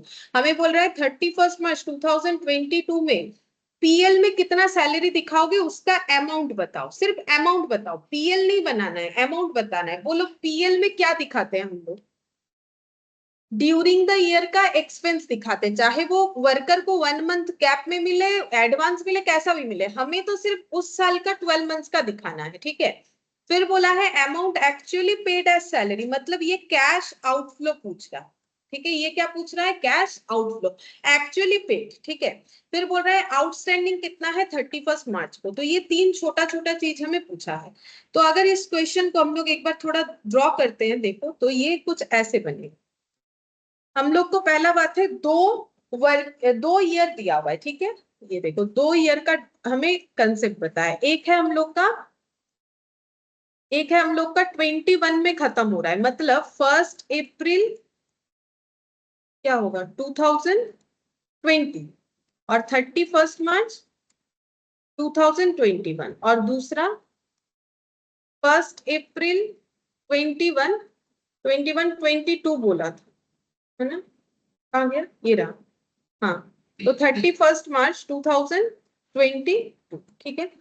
अच्छा, यहाँ पर क्या था, यहाँ पर 8 एम्प्लॉइज काम कर रहे थे और एट द रेट ऑफ कितना करके, एट द रेट ऑफ कितना करके पेमेंट हो रहा था, ये लो, इससे पेन को क्या है, 30,000 per month. हाँ 30,000 कर रहा, पेन लैग कर रही है।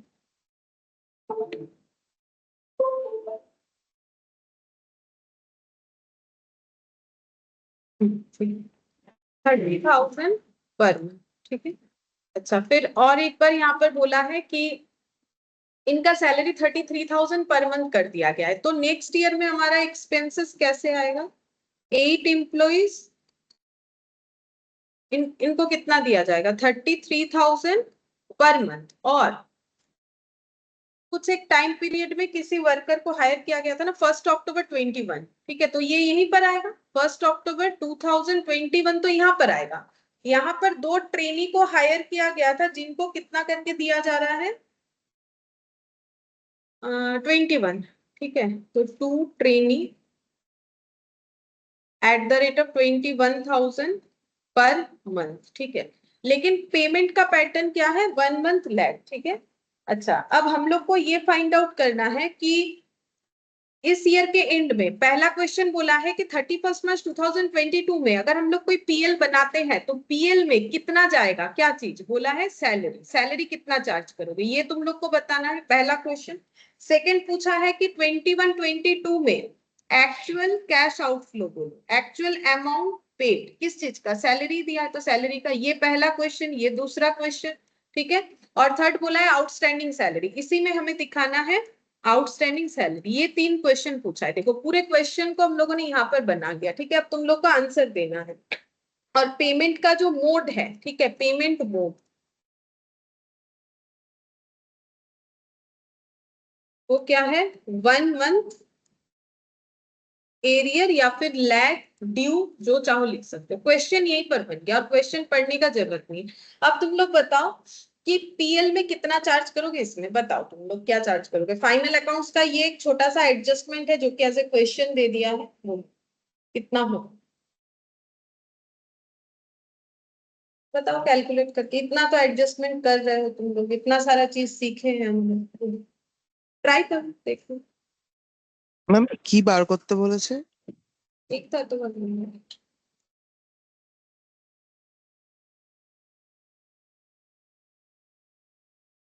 Okay ma'am.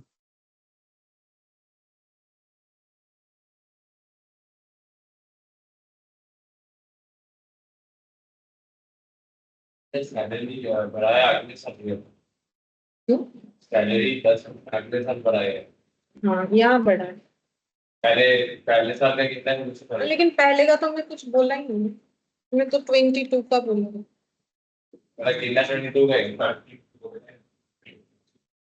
34,20,000, कौन सा आंसर, पहला वाला, ठीक है, 34,20,000।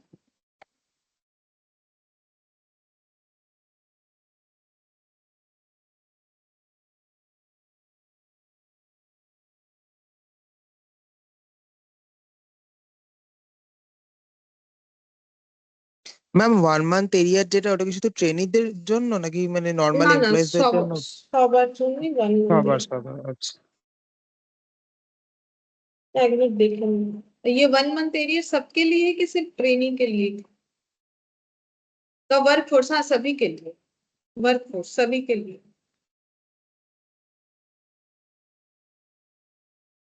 And 34,20,000. है 34,20,000 पीएल जेटा चार्ज है।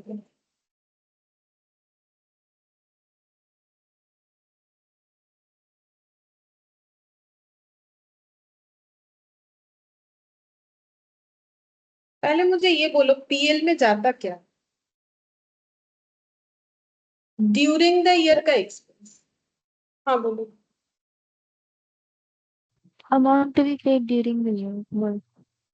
हाँ देखो हम लोग को क्या करना है, यहाँ पर हमें क्या करना है, 31 मार्च 2020 का पीएल का कैलकुलेशन करना है, तो इनका सैलरी का खर्चा हम लोग निकालेंगे। देखो पहले क्वेश्चन का आंसर कैसे लिखोगे, लिखो सैलरी। अगर ये वर्किंग नोट में आ जाता है तो क्या नहीं कर पाओगे? कर पाओगे। इंडिविजुअली दे दिया है इसीलिए इतना डिफिकल्ट तरीके से सोच रहे हो, इसीलिए नहीं। To PL for 21-22। ठीक है। अच्छा, कैसे निकालेंगे देखो। सबसे पहले हम लोग निकालते हैं कि एम्प्लॉय को कितना सैलरी देना चाहिए। Salary to employees. अब मुझे एक चीज बताओ, क्या तुम लोग को पूरे साल का एक्सपेंस रिकॉर्ड करना है या फिर ये देखना है कि कितना पे किया कितना नहीं पे किया? पूरे साल का तुम लोग को तो अपना एक्सपेंस देखना है कि 12 मंथ्स का एम्प्लॉइज का एक्सपेंस कितना होता है। बोलो 12 मंथ्स का एम्प्लॉइज का एक्सपेंस कितना होगा? 33,000 इंटू 8 इंटू 12। ठीक है, 33,000 तो पर मंथ दिया जाता है, तो 12 मंथ्स में कितना होगा? तो ये एक जन का हुआ, इंटू अगर तुम लोग इसमें 8 कर लोगे तो पूरे 8 लोगों का खर्चा निकल के आ जाएगा। कितना हो रहा है ये पर मंथ? 31,68,000 हो गया। ठीक है, पीएल में तो तुम लोग को कुछ देखना ही नहीं है, पूरे साल का खर्चा दिखाओ। अब पे है पेबल है उससे हमें कोई लेना देना नहीं है। अगर है भी तो हम लोग तो आउटस्टैंडिंग बोल के लिखते हैं ना, तो हमें तो पूरे साल का दिखाना है। अभी देखो सेम चीज हम लोगों ने यहाँ देना बैंक का सीखा ना, तो वही तो सीखा। अच्छा, अब देखो यहाँ पर इसके बाद सिर्फ इंटरेस्ट था, यहाँ सैलरी है। और क्या देते हैं? Salary to trainings. ठीक है, अब इनको तो अभी अभी लगाया है इस साल। ठीक है, तो इनको कितना करके देते हैं? 21,000 पर मंथ करके देते हैं। ठीक है, लेकिन यहाँ पर देखो 12 मंथ्स मत करो, क्योंकि ये यहाँ से यहाँ तक काम कर रहे हैं ना, तो अक्टूबर से लेके मार्च कितना होता है? 6 मंथ्स। इन्होंने अभी अभी मतलब इस साल के लिए इनका खर्चा हमारा 6 मंथ्स रिकॉर्ड होगा। तो 1 मंथ का 21, 6 मंथ्स का इतना, और कितने लोगों को रखा है? 2 लोगों को, तो इंटू 2 करो, कितना आता है? 2,52,000। ठीक है, तो टोटल लगा लो कितना हो जाएगा। वही जो तुम लोग बोल रहे हो 34,20,000, ये हम लोग का पीएल का हो गया। तो देखो, ये हमें कभी नहीं देखना चाहिए कि आउटस्टैंडिंग कितना है, नहीं देख सकते हो अलग अलग, लेकिन मुझे तो डायरेक्ट बोला है ना पीएल में कितना चार्ज करोगे, तो पीएल में जो खर्चा ड्यूरिंग द ईयर का है पूरा दिखा दो। अब मुझे आउटस्टैंडिंग तो बाद में पूछा है ना अलग से, तो वहां कैलकुलेट करेंगे। ठीक है, अब बोला है एक्चुअल अमाउंट पेड कितना है, मतलब कैश आउटफ्लो कितना हुआ है। मतलब अगर तुम लोग कैश आउटफ्लो कब निकालोगे, मान लो ये अपना कैश बुक बनाते हैं, ये जो जिनका हम लोग अकाउंट्स बना रहे, वो अगर अपना कैश बुक बनाते, क्या वो वहां पर ये खर्चा लिखेंगे? सैलरी पे का एंट्री क्या होता है? Salary account debit to bank होता है। लेकिन कैश बुक बना रहे मान लो, क्या उसमें 34,20,000 लिख देंगे? नहीं, क्योंकि पेमेंट इतना हुआ ही नहीं है। क्यों नहीं हुआ है? क्योंकि पेमेंट कैसे होता है? तो अगर 1 मंथ एरियर है तो पूरे साल में इस कंपनी या क्या इंडिविजुअल पर्सन था, नाम सेन गुप्ता एंड कंपनी, ठीक है, तो क्या इनका पूरे 12 मंथ्स का आउटफ्लो हो जाता है खर्चा? नहीं, कितने मंथ का होता है? 11 मंथ्स का। ठीक है, तो इम्प्लॉइज के लिए तो 11 मंथ्स का होगा। क्यों? क्योंकि अप्रैल का पेमेंट कब करेंगे? मई में। मई का कब करेंगे? जून। जून का जुलाई। जुलाई का अगस्त। अगस्त का सितंबर। सितंबर का अक्टूबर। अक्टूबर का नवंबर। नवंबर का दिसंबर। दिसंबर का जैन। जैन का फेब। फेब का मार्च। तो देखो 1 2 3 4 5 6 7 8 9 10 11 इम्प्लॉय को जो पेमेंट करेंगे वो कितने मंथ का करेंगे? 11 मंथ। अब इनके केस में बोलो, ये 6 मंथ्स था। ठीक है, तो अक्टूबर इन्होंने ज्वाइन किया काम, अक्टूबर का पैसा कब मिलेगा? नवंबर। नवंबर का कब मिलेगा? दिसंबर। दिसंबर का कब मिलेगा? जैन। जैन का कब मिलेगा? फेब। फेब का मार्च। तो 1 2 3 4 5 एक करके कम हो जाएगा अगर हम 1 मंथ गैप में दे रहे हैं। मतलब मुझे अगर कैश बुक बनाना होता और उसमें कैश आउटफ्लो दिखाना होता, तो इनका खर्चा कितने दिन का दिखाते? सेम यही लिखते, बस 12 की जगह कितना लिखोगे? 11। सेम यही लिखोगे, 6 की जगह कितना लिखोगे? 5। और आंसर मिलेगा एक्चुअल अमाउंट पे। बस निकालो, निकाल के देखो कितना। तो आसान। 31,14,000. हाँ रुको बताते हैं। बोलो अस्मिता, कत बोलले? एक मिनट। 31,14,000. 31,14,000। শোনা একটু, একটা জিনিস আরো অ্যাড হবে, ওই জন্য ভুল হচ্ছে। ঠিক হয়েছে, ওখানে আরেকটা কিছু অ্যাড হবে, ভেবে দেখো। 33,54,000। হ্যাঁ 33,54 হবে, ঠিক করেছো। একটা আরো জিনিস অ্যাড হবে। হ্যাঁ বলো, क्या बोलो? देखो पिछले साल का यहाँ पर आ जाएगा, देखो वो वाला ऐड करने से ही आंसर हो जाएगा। ठीक हो जो তোমারটাও, কিন্তু লাস্টে আরেকটা জিনিস অ্যাড হবে। अब देखो यहाँ पर जो 1 लाख था, जैसे यहाँ पर मार्च का पेमेंट कब मिलेगा, इस साल के एंड का जो मार्च का पेमेंट है एम्प्लॉय का, वो कब देना पड़ेगा, अप्रैल में। तो यहाँ पर एक पेमेंट आ जाएगा, लेकिन कितना करके आएगा, 30,000। उसमें तुम लोग को 33 मत लगाओ, ठीक है, तब तो 30,000 चल रहा था ना, वो पेमेंट यहाँ पर एक आएगा। लेकिन तुम लोग सोचोगे ट्रेनी का भी आएगा, क्यों आएगा, ट्रेनी तो यहाँ से ज्वाइन किया है, ट्रेनी अगर पहले से रहता तो उसका भी 1 मंथ वाला आता।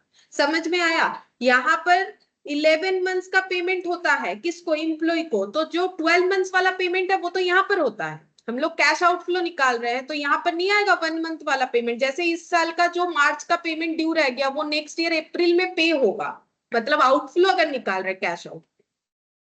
नहीं समझ में आया? अरे यहाँ पर मार्च का पेमेंट कब हुआ, सॉरी ये अप्रैल से स्टार्ट होता है, अप्रैल का पेमेंट कब हुआ, मई का कब हुआ, जून का कब हुआ, जुलाई का अगस्त में, अगस्त का सितंबर का अक्टूबर का नवंबर का दिसंबर का जैन का फेब का मार्च, और मार्च का कहाँ होगा, नेक्स्ट ईयर होगा। ठीक है, पेमेंट अगर 1 मंथ के गैप में है तो नेक्स्ट ईयर होगा।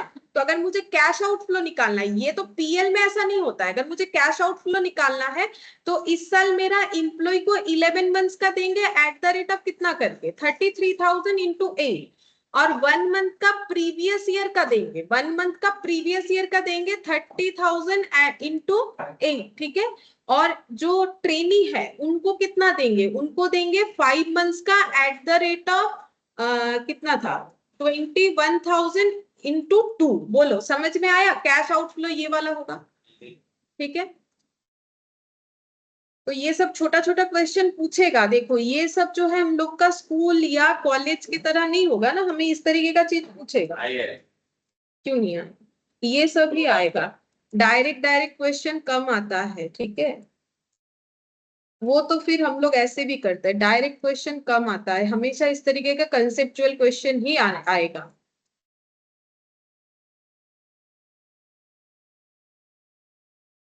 सैलरी टू एम्प्लॉय, देखो 8 इंटू 33,000 इंटू 11, ठीक है। फिर salary for employees for the month of March, कौन से डेट है वो भी लिख देते हैं, देखो ये मार्च वाला, ठीक है, ये मार्च वाला अप्रैल में मिलेगा, तो for the month of March 2021 वाला है, ठीक है। उसका कितना हो जाएगा 8 एम्प्लॉइज, तब लेकिन सैलरी 30,000 करके था, और 1 मंथ का जो हम लोग का बाकी था, ये 11 मंथ, ये 1 मंथ, ड्यूरिंग द ईयर में 11 मंथ का मिलेगा। तो नेक्स्ट प्रीवियस ईयर वाला इस ईयर पेमेंट होगा। अच्छा ये कितना आ रहा है 8 33 11 29 04 000, और ये वाला 240, ठीक है। और इसमें ऐड होगा ट्रेनी वाला डेटा ऐड करो, सैलरी ऑफ 2 ट्रेनी, इनको कितना मिलेगा, इनका इनका टाइम पीरियड कब से कब तक है बोलो तो, 1 अक्टूबर से, है ना, 1 अक्टूबर, हाँ 5 महीने का, 1 अक्टूबर 21 से लेके 31 मार्च 2022 तक का होगा। लेकिन इसमें वैसे तो होता है देखो 6 टाइम्स, लेकिन इनको लैग जो है 1 मंथ का होता है, तो 21,000 per month into 2 employees into 5 month होगा, ठीक है, 2,10,000। ये कैश आउटफ्लो निकालने के लिए ये कैश बुक में लिख सकते हो, लेकिन ये पीएल में नहीं जाएगा, पीएल में तो हमें पूरा दिखाना है ड्यूरिंग द ईयर। जब पीएल दिखाएंगे तो ये इररिलेवेंट है, प्रीवियस ईयर का कभी हमें नहीं दिखाना है। पीएल जब बनाओगे तो यहाँ पर हमें पूरे पूरे मंथ का लगाना चाहिए। तो अब टोटल करने से आना चाहिए 33,54,000। अभी भी एक चीज बाकी है, आउटस्टैंडिंग, बोलो आउटस्टैंडिंग सैलरी। आउटस्टैंडिंग तो अभी भी समझ में आया होगा, आउटस्टैंडिंग कितना है, कौन से ईयर का निकालना है, यहाँ पर अगर आउटस्टैंडिंग निकालोगे बोलो कितना आउटस्टैंडिंग होगा, इनका 1 मंथ का, वो जो 5 लिख रहे हो उसका 1 मंथ का, और जो इधर 11 लिखे हो उनका 1 मंथ का, यही तो बाकी रहेगा। लिखो यहाँ पर आउटस्टैंडिंग सैलरीज फॉर 31 मार्च 2022 था। लिखो कितना होगा। 8 एम्प्लॉइज को 1 मंथ का बाकी रख रहे हैं, 33,000 per month into 8 employees into 1 month का इनका बाकी रहेगा, जो वहां पर हम लोग 11 दिखा रहे हैं, मतलब कितना होगा देख लो। और 2 ट्रेनी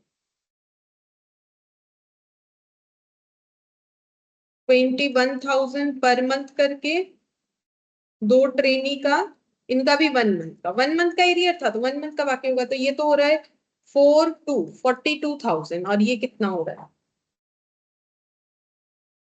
260 टोटल।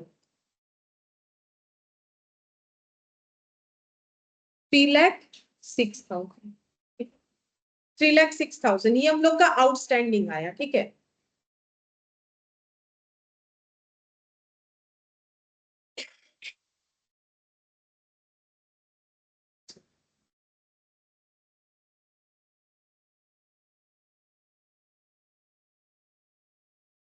नेक्स्ट यहाँ पर देखो क्वेश्चन नंबर 3, ये काफी आसान सा है, चलो फटाफट हो जाएगा। एक आसान सा क्वेश्चन है, you are required to prepare a trading and profit and loss account for the year ended 31 March 2022 और बैलेंस शीट, बस इतना सा डेटा है। ऐसे ही नॉर्मल क्वेश्चन दिया है तो छोटा छोटा अकाउंट बनेगा, बनाओ। Question number 3, trading PL, trading and PL account for the year ended 31st March 2022.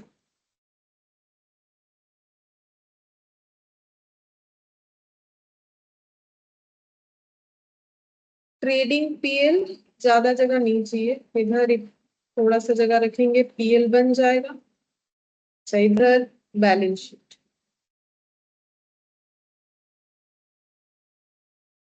as on 31st of March 2022.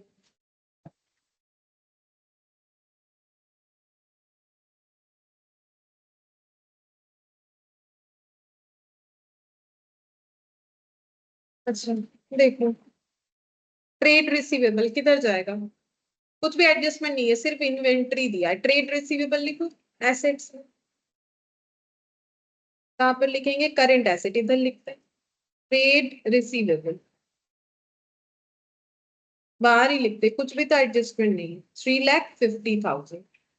अच्छा उसके बाद देखो इन्वेंट्री, ओपनिंग स्टॉक, डेट दिया हुआ था 1 तारीख का, ये देखो 1 तारीख का डेट दिया हुआ है, 1 अप्रैल 2021, 5 लाख टू ओपनिंग स्टॉक लिखो, 5 लाख। अच्छा इसके बाद इन्वेंट्री हो गया, कैश इन हैंड 5,60,000, तो फिर से बैलेंस शीट में जाओ, कैश इन हैंड 5,60,000, एकदम लास्ट में लिख रहे हैं कैश इन हैंड, एकदम एंड डेटा होगा 5,60,000। अच्छा इसके बाद वेजेस 3 लाख, तो वेजेस यहाँ पर आ जाएगा। वेजेस परचेज अगर होगा तो हम एक लाइन रख देते, परचेज होगा क्योंकि ओपनिंग स्टॉक है, मुझे लग रहा है परचेज होगा 3 लाख, ठीक है। वेजेस हो गया, वेजेस के बाद बैड डेप्ट कहाँ लिखेंगे, पीएल में, टू बैड डेप्ट, पीछे लिखो, टू बैड डेप्ट 50,000,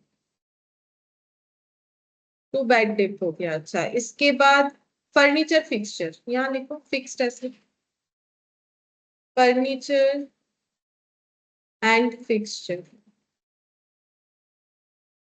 फर्नीचर एंड फिक्सचर ये था 150, मतलब 1,50,000, 1,50,000। अच्छा इसके बाद है डेप्रिशिएशन, अच्छा बोलो ये डेप्रिशिएशन कहाँ लिखोगे, ट्रायल बैलेंस के अंदर है, पीएल में, एक ही जगह पे जाता है, ठीक है, ये पीएल में जाएगा, टू डेप्रिशिएशन,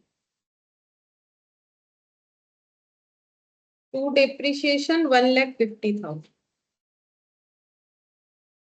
अच्छा फिर नेक्स्ट इधर सैलरी 2,20,000, 2,20,000। अच्छा, इसके बाद है परचेस 12,50,000 दिया है, लिखो परचेस टू परचेस 12,50,000।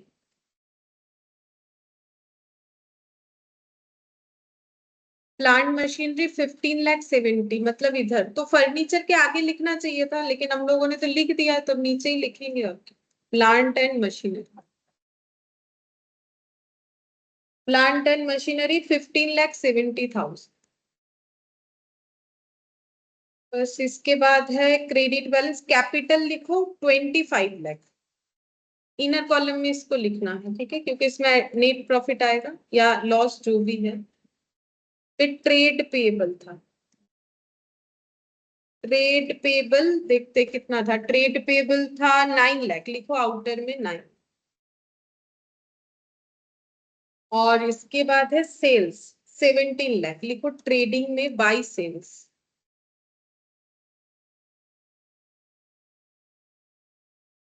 $17 लाख। और लास्ट में ये क्लोजिंग स्टॉक 10 लाख, दो जगह पे लिखो, एक बार इधर सेल्स के नीचे 10 लाख, और एक बार बैलेंस शीट में लिखो।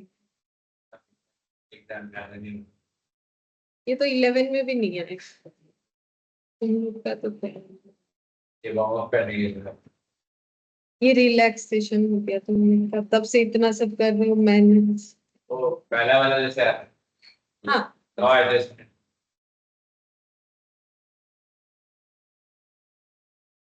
27 टू जीपी 27 5 3 8 8 और 12 20 लाख 50। बहुत अच्छा, 6,50,000। 6,50,000 आ रहा है ग्रॉस प्रॉफिट, ठीक है। अब करो इसको ब्रॉड डाउन और नेट प्रॉफिट निकालो।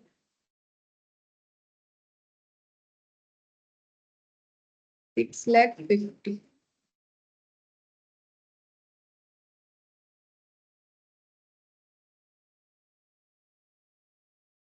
230, अच्छा 2,30,000 आ रहा है। 650 टोटल, टोटल 650। अब इसको ऐड करते हैं, नेट प्रॉफिट 230, 2730, 27 प्लस 9 कितना होगा, 10 होने से हो जाता 37, तो 37 से एक कम कर देंगे, 36 हो जाएगा। 36,30,000। अच्छा, इधर भी उतना आना चाहिए।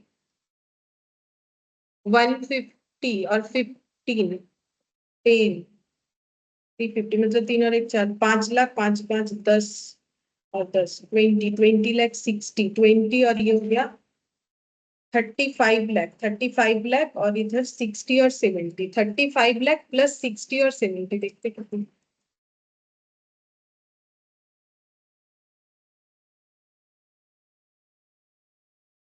हाँ, 36,30,000 आ रहा है, लेकिन ऐसा कुछ भी नहीं आएगा, ठीक है, ऐसा नहीं आएगा। तो ये हम लोग का हो गया। तसल्ली देने के लिए। ম্যাম একবার পিএলটা শো করবেন? ये वाला प्लीज प्लीज।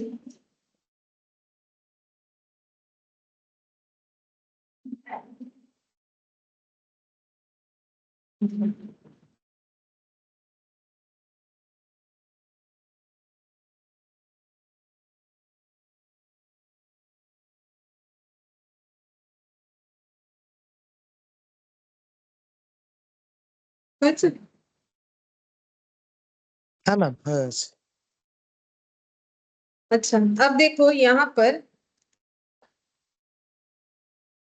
फोर्थ वाला जो है 4 और 5, और उधर कुछ एमसीक्यूज भी बाकी है। नेक्स्ट क्लास में एक बार देख लेते कितना सारा एमसीक्यूज।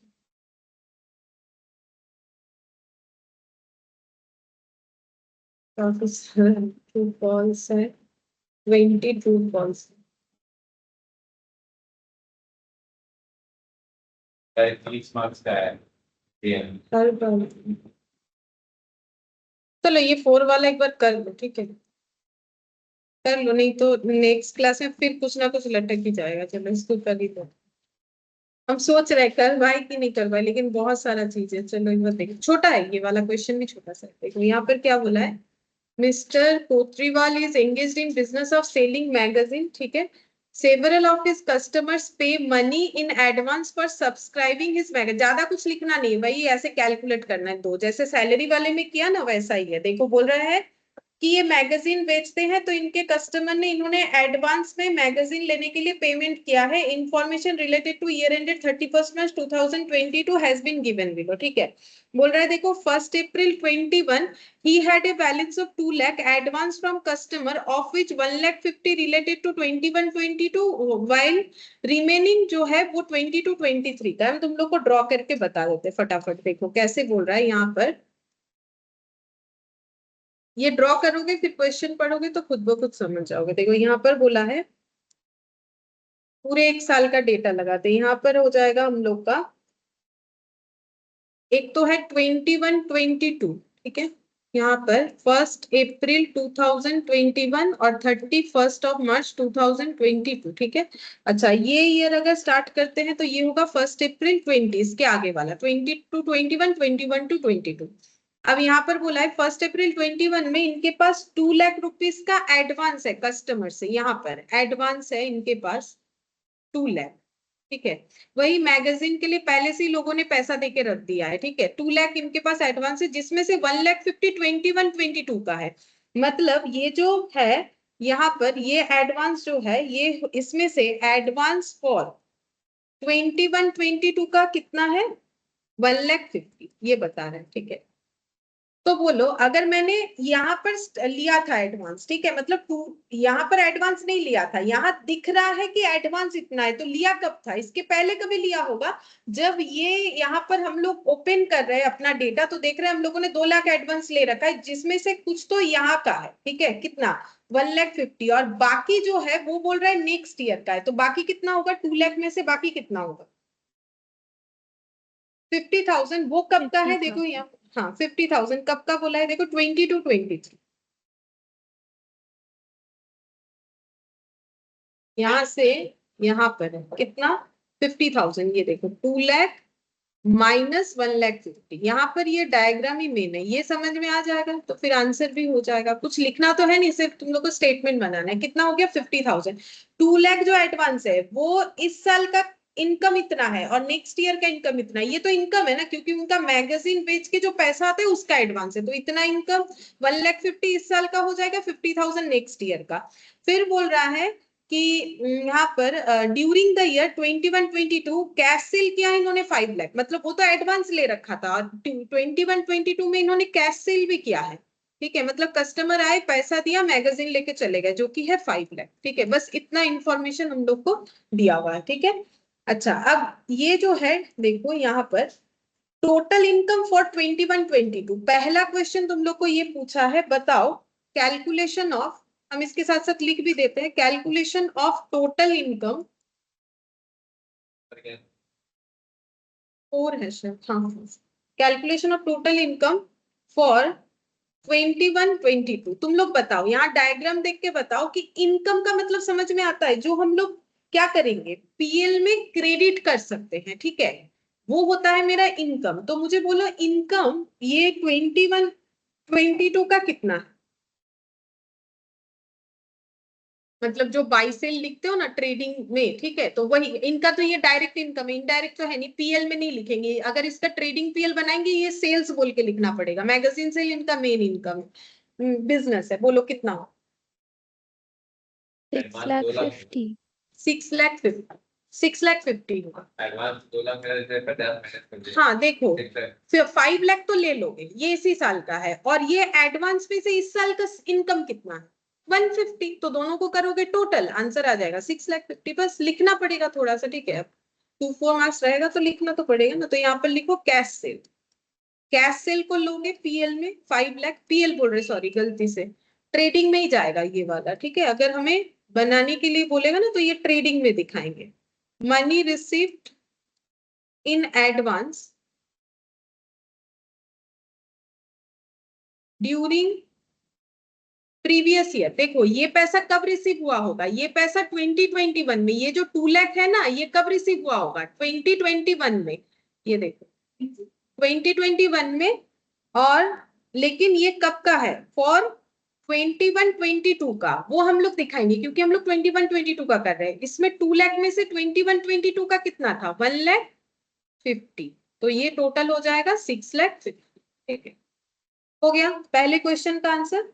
और इसके बाद नेक्स्ट एक क्वेश्चन पूछा है, total money receive during the year if the closing balance in advance from the customer account is 1,70,000। बोल रहा है टोटल मनी रिसीव, मतलब कैश इनफ्लो पूछ रहा है। अब यहाँ पर during the year PL accrual concept नहीं लगेगा, हमारे पास कितना कैश इनफ्लो हुआ है। अगर advance from customer closing balance कितना दिख रहा है 1,70,000, मतलब ये डायग्राम में ये जो है ना यहाँ पर एडवांस कितना दिख रहा है, क्लोजिंग बैलेंस 1,70,000, मतलब यहाँ पर भी कुछ एडवांस लिया है इस साल, जो कि दिख रहा है कितना 1 लाख। अगर इस साल एडवांस दिख रहा है तो वो कौन से पीरियड का होगा, नेक्स्ट पीरियड का। ठीक है, तो हम लोग को बोल रहा है कि अगर ऐसा है तो हमें ये बताना है कि टोटल मनी रिसिप्ट कितना है ड्यूरिंग द ईयर, मतलब 21-22 में कैश इनफ्लो कितना है ये बताओ।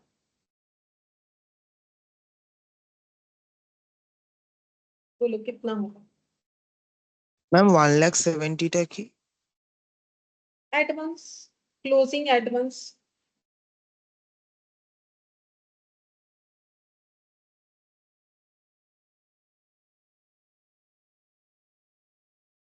बोलो कितना होगा,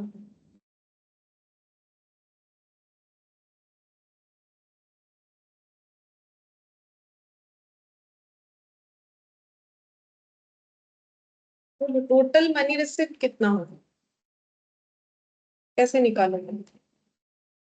5 लाख प्रोवाइड करेंगे। 5 लाख तो होगा ही होगा, कैसे हुआ है इस साल, एडवांस अभी ये वाला तो होगा। अब देखो ये जो टोटल 1,70,000 एडवांस दिख रहा है, क्या इसमें ये 50,000 नहीं है, 6,20,000। है 6 लाख में, 6,20,000 आंसर होगा। देखो ये जो 1,70,000 इन्होंने जब अपना ईयर एंड किया तो काउंट किया कि मेरे पास 170 एडवांस है, तो 170 एडवांस कैसे होगा, देखो 2 लाख में से तो 150 इस साल का था, ठीक है, बाकी मेरा इस साल का था, ये मुझे क्वेश्चन बोल रहा था। लेकिन जब इन्होंने यहाँ पर अपना एडवांस चेक किया तो यहाँ पर कितना एडवांस दिख रहा होगा, ये जो 2021 में लिया गया एडवांस जो कि फॉर द ईयर 22-23 है, वो कितना दिख रहा होगा 50,000, और बाकी कितना दिख रहा होगा 1,20,000, मतलब इस साल जो एडवांस लिया है वो कितना है 120, और जो यहाँ पर एडवांस लिया था वो भी तो यहाँ क्लोजिंग में उन्होंने जब कैलकुलेट किया तब दिखाया होगा। अब हमें ये बताना था कि टोटल कैश इनफ्लो कितना हुआ है, ठीक है, तो टोटल कैश इनफ्लो कितना हुआ है, ये कैश सेल तो होगा ही होगा, ठीक है, और यहाँ पर और कितना आ जाएगा 170 में कितना माइनस कर दोगे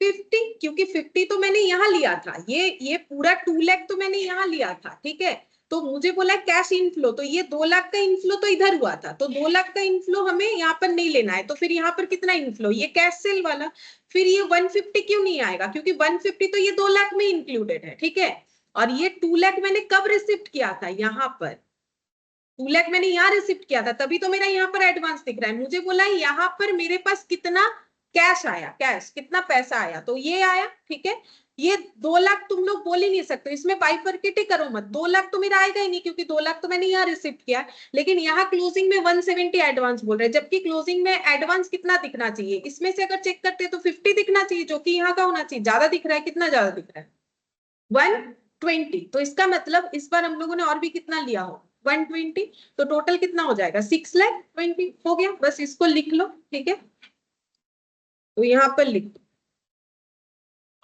टोटल मनी रिसीव्ड, अगर कैश सेल देखेंगे फिर एडवांस देखेंगे। हाँ cash cell during the year, ये तो इसी साल इनफ्लो हुआ ड्यूरिंग द ईयर, मतलब वही 2021 तो ठीक लिखा है मैंने, सॉरी 21-22 होगा, ये मैंने गलत लिख दिया 21-22।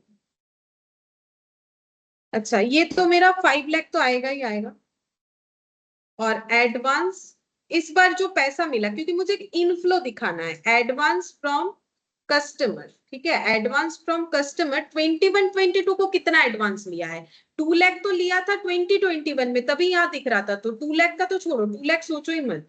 तो मेरा क्लोजिंग एडवांस दिख रहा है 1,70,000, लेकिन उसमें से तो 50,000 पहले का दिख रहा है, तो ये हटा देंगे तो आ जाएगा हम लोग का 1,20,000। तो यहाँ पर हो जाएगा 6,20,000, ठीक है। तो ম্যাম 6,20,000 जो এই है, মাইনাসের পার্টটা আরেকবার বোঝাবেন ম্যাম, বুঝতে পারিনি। মানে 1,70,000 থেকে ওটা 1,20,000 কি হচ্ছে এই ব্যাপারটা? আগের পেজটা দেখো। হ্যাঁ বলছি, ये देखो এখানে 1,50,000 2 লাখটা আমি কবে রিসিভ করেছি 2021 ঠিক আছে, আমাকে এখানে ক্যাশ ইনফ্লো জিজ্ঞেস করেছে, তাহলে 2 লাখটা আমি এই বছর পাইনি, আমি এই বছরে 5 লাখ টাকা পেয়েছি যেটা আমার ক্যাশ সেল হয়েছে, ঠিক আছে। কিন্তু এই বছর আমার অ্যাডভান্স দেখাচ্ছে 1,70,000, ঠিক আছে, কিন্তু 1,70,000 অ্যাডভান্স মানে কি, আমার ক্যাশ ইনফ্লো হয়েছে, মানে অ্যাডভান্স এই তো বছর বলতে 22 এর অ্যাডভান্সে 1,70,000 দেখাচ্ছে। হ্যাঁ 22 এর এন্ডে অ্যাডভান্স 1,70,000, ওপেনিং এ 2 লাখ দেখাচ্ছে, তো ওপেনিং এ যেটা দেখায় সেটা আগে রিসিভ করেছি, সেটা এখানে ব্রড ডাউন হয়েছে, এইটা এইবারে রিসিভ করেছি, তো এইবারে রিসিভে ক্লোজিং এ 170 দেখাচ্ছে, কিন্তু তার মধ্যে থেকে 50,000 তো এখানের হবে, কারণ এই 2 লাখের মধ্যে অ্যাডভান্স 1,50,000 আমার শুধু এই বছরের, সেটা কোয়েশ্চেনেই বলা আছে এখানে, এখানেই বলা আছে যে এখানে বলেছিল এই যে 1,50,000 রিলেটেড টু 21-22, যে বাকি রিমেনিং 22-23, তাহলে 22-23 যে অ্যাডভান্সটা সেটা তো আমার এমনিতেও এখানে ক্লোজিং দেখাতো, আমাকে যদি কোয়েশ্চেনে 170 নাও বলে দিত তাহলে 2 লাখের অ্যাডভান্সের আমি এখানে ওই জন্য ড্র করেছি, 2 লাখের অ্যাডভান্স এই যে 21-22 এর এত, আর 22-23 এর অ্যাডভান্স যেটা সেটা আমাকে কোয়েশ্চেনই বলেছে যে 2 লাখের মধ্যে 22-23 এর অ্যাডভান্স 50,000, তার মানে আমার এখানে ক্লোজিং অ্যাডভান্সে 50,000 দেখাবার কথা, কিন্তু দেখাচ্ছে 1,70,000, তার মানে আমি এবারে আরো অ্যাডভান্স নিয়েছি কত 120, সেই জন্য এখানে 120 লিখতাম। আচ্ছা, মানে ম্যাম ওই 22-23 যে অ্যাডভান্সটা ওটাই মানে যেটা 50,000 মানে 23 এর অ্যাডভান্সটা সেটা আমরা লেস করবো 1,70,000 থেকে। লেস করবো, তার কারণ হচ্ছে আমার যদি এখানে অ্যাডভান্স ক্লোজিং কিছু না বলতো তাহলে তুমি ক্লোজিং অ্যাডভান্স কত দেখাতে, যদি 2 লাখের বলেই দিচ্ছে আমার এটা 21-22 এর মধ্যে 1 লাখ, আমি এখানে অ্যাডভান্স নিয়েছি তার মধ্যে এই পিরিয়ডের 1,50,000, এটা আমি নয় কোয়েশ্চেন বলছে, এই পিরিয়ডের 50,000 যদি আমাকে এখানে ক্লোজিং অ্যাডভান্স না বলতো তাহলে এই অ্যাডভান্সটা এখানে অ্যাডজাস্ট হয়ে যেত ডিউরিং দ্য ইয়ার, বাকি যে 50,000 সেটা আমার অ্যাডভান্সটা কোথায় দেখা যেত, ক্লোজিং এ আমার দেখাতো কি আমার এখনো অ্যাডভান্স এত পড়ে আছে, যদি আমি অ্যাডভান্সের একটা অ্যাকাউন্ট বানাই তাহলে আমার এখানে এটা লাইবিলিটি বাই ব্যালেন্স বিডি এখানে হয়ে যায় 2 লাখ, ঠিক আছে, আর এখানে 2 ব্যালেন্স আমার সিডি এখানে দেখা যেত 50,000, কিন্তু এখানে দেখাচ্ছে 170, কেন কি কোয়েশ্চেন আমাকে বলছে এটা 170, কিন্তু আমার তো দেখাবার কথা 50,000, ওপেনিং এ 2 লাখ ছিল, ক্লোজিং এ 50,000 আসবে, কারণ 50,000 পরের বছরেরও নিয়ে রেখেছি, 2021 এ 2 বছরের অ্যাডভান্স নিয়ে রেখেছি, 21-22 এন্ড 22-23, তো সেই জন্য এরকম দেখাবার কথা, কিন্তু এটা 50 বদলে দেখাচ্ছে 1,70,000, তার মানে এবারে আমরা আরো 120 অ্যাডভান্স নিয়েছি, আমাকে জিজ্ঞেস করেছে ক্যাশ ইনফ্লো কত হয়েছে, তাহলে ক্যাশ আচ্ছা, ইনফ্লো কত হয়েছে সেটা বের করুন। Okay ma'am. ম্যাম মানে 1,20,000টা ওটার মানে নেক্সট ইয়ারেরটা আমরা এই বছর নিয়ে নিয়েছি। তবেই তো অ্যাডভান্স, হুম, ঠিক 170 আছে, পুরোই অ্যাডভান্স মানে তো তাই बने। Okay ma'am. ठीक है, फिर नेक्स्ट दिन एक क्वेश्चन बाकी है और बाकी একবার আমাকে एमसीक्यूज कर পেজটা दिए। দেখাবেন?